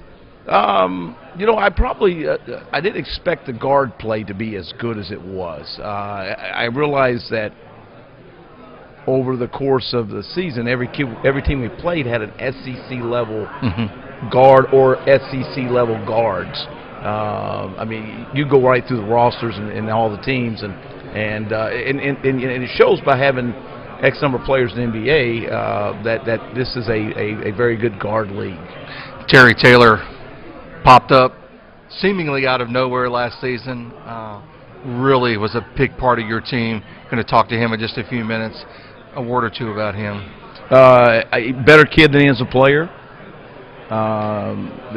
Phenomenal kid. But as far as a player, I've not coached many freshmen that's had a better season than him. I mean, and towards the end, when freshmen get tired and get worn out, I think his last 5 games he was 22-13 for those last 5 games, and that was in the OVC tournament and in the CIT. So we're hoping he can pick up where he left off and maybe give us a little more. We in media love the polls. You guys, not so much maybe. You're picked near the top in this conference. What must Austin Peay do? What's the X factor to get to the top? Our style of play is very disruptive. We've got to do a better job than last year of defending the half court. We forced a lot of turnovers. We make it hard for teams to run pattern offense. We got to be a little better guarding the dribble. We got to be a little better at protecting the rim. Good luck to you. Thank you. Appreciate it. Matt Figure, Austin Peay head coach, beginning his second season. Fantastic first season in Clarksville. He hopes to repeat that and much more. Back after this.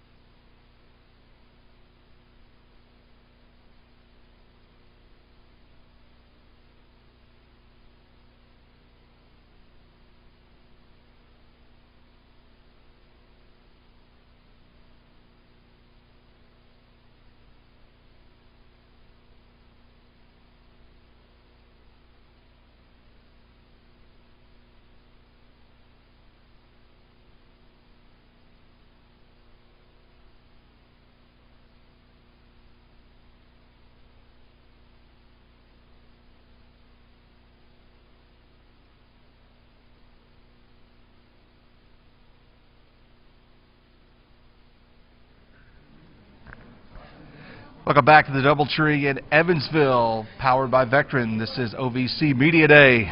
2 more to go. Special sophomore from Austin Peay, Terry Taylor, joins us.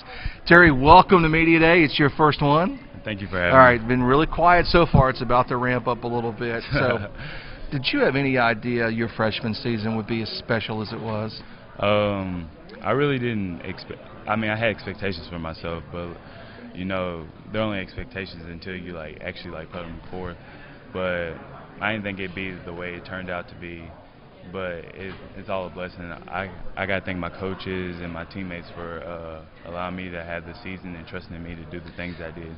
How fun or exciting was it to have the first year of a head coach, your first year at Austin Peay? Did you have some doubts maybe entering into that? Because it sure worked out well in the end. Yeah, I mean, what 17-year-old kid coming out of high school wouldn't have doubts about a new coach and going to a new place? Like, I had my doubts that maybe he didn't want me, or maybe I wasn't gonna play as much. But I mean, I stuck it out to the end, and it turned out great for me, and I couldn't be more thankful for it. I enjoy asking this question to all Kentucky prep players that have sat in that seat this morning. How special is it to have the success you had in Kentucky high school basketball, and how special is Kentucky high school basketball? It was special. My 4 years at Bowling Green is something I'll never forget.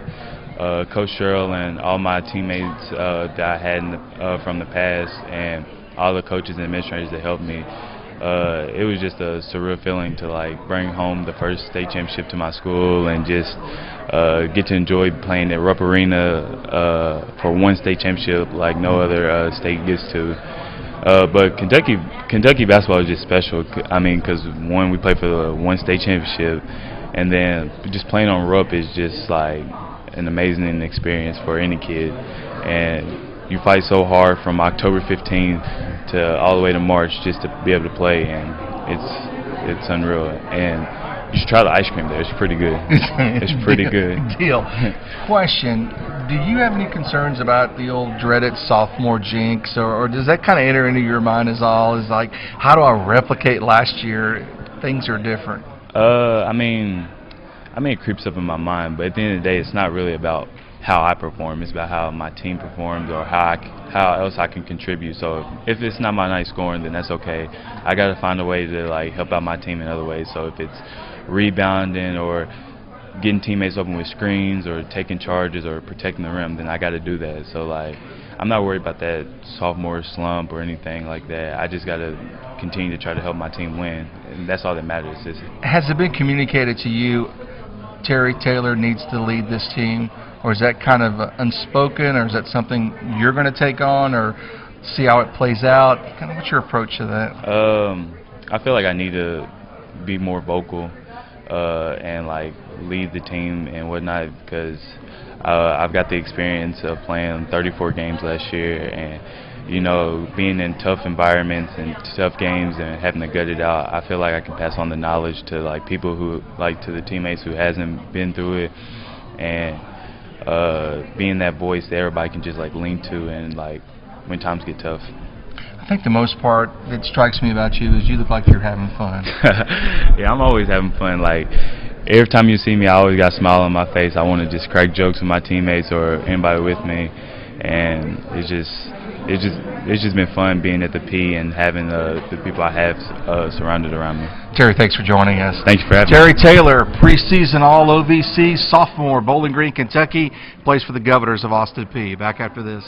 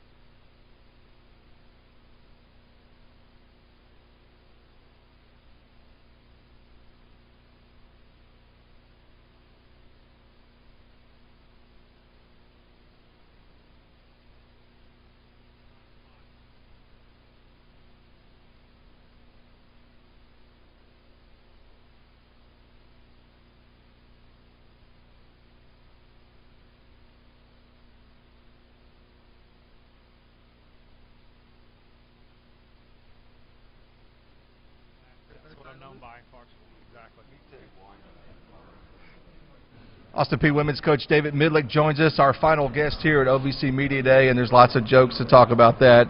First, last, greatest at the end, all of that. But let's talk about your team. You got a team that steadily, year over year, has seen some improvement. Do you feel like this is the year you got to take that next big step? Well, I'm excited about the team. You know, it's coaching cliche, but day by day, I think our first 3 weeks of practice has been really good. There's always things to work on, but great group. They come ready to work each day. Good coaching staff to push them and mentor them. So been excited with the first 3 weeks. Your development of players has been something that's been talked about in this league a lot. You've got some new faces on this club this season. Speak to them, and certainly you're going to have to rely upon some leadership as well. Right, a few names. Casey Kidwell and Maggie Knowles are 2 freshmen. Casey's from Asheville and Maggie's from Murfreesboro that I think have done well in practice. And we're going to look for our 2 seniors, Keisha Gregory from Johnson City and then Michaela Campbell from Memphis are 2 that we'll lean on that have been around and know kind of what I expect and know what to expect out of this league. You know, I know your style, but for those that do not, talk about the David Midlick style of basketball. Well, it's going to be a little different this year. We're going to try to play up-tempo, really push the basketball, ideally a lot of threes and a lot of drives to the basket. I don't think we have a true back-to-the-basket post player. And then defensively, we're going to try to pick up full court and try to get more possessions than other teams. You had some near misses last season, which was a big part of the record going one way or another. How do you coach to that, the late game miscues and some problems that you had there? Right, we ended up finishing 9-9, and that was deserved, and it starts with me. They need a consistent leader, a consistent staff, so that when we get into those situations again, we've practiced that, we've prepared for it, and our ladies know what to expect. That we've practiced that since late September. You know, our mutual friend Brian Reeves, who does a lot of your games, he traveled a lot in November and December with your basketball team. Is that going to be the same this season, pre-conference? Right. Well, we have more home games and away games this year, which is great. It gives our fans a chance to watch us play, and I think our young ladies like to play at home. If Austin Peay is going to be successful this season, what must happen? Pace of play. We want to try to play to our strengths, which I think is getting up and down the floor. As you introduce that, is there certain stages that you see throughout the season? Hey, we pushed it or held a possession this short of this game and got better here. Is that something that you measure as a staff and look to? Right. You definitely have to measure. You have to have some metrics that you can compare how you're doing that on November 6th in the first game versus February 6th. David Midlick, you excited, right?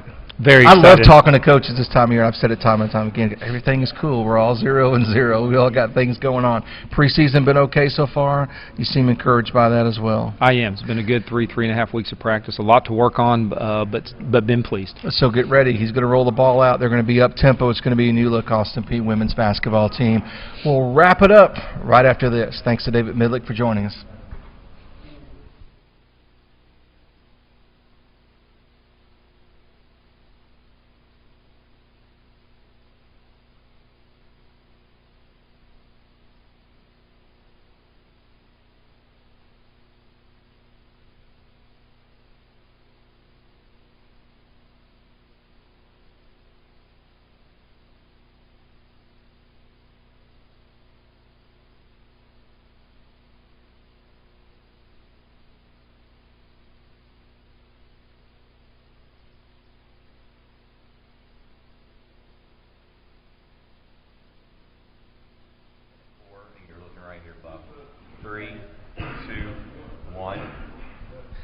Almost a wrap from OVC Media Day. Our special thanks to the entire OVC Digital crew, all of the coaches, players. It's been fantastic. There are a couple of things we want to make you aware of as we wrap up here today. Championships coming up on our networks with the ESPN Plus and the OVC Digital Network, so please prepare for this. Get ready for it. The men's and women's cross country championship October 27th at SEMO at Cape Girardeau. The first and second rounds of the soccer championship October 26th and 28th.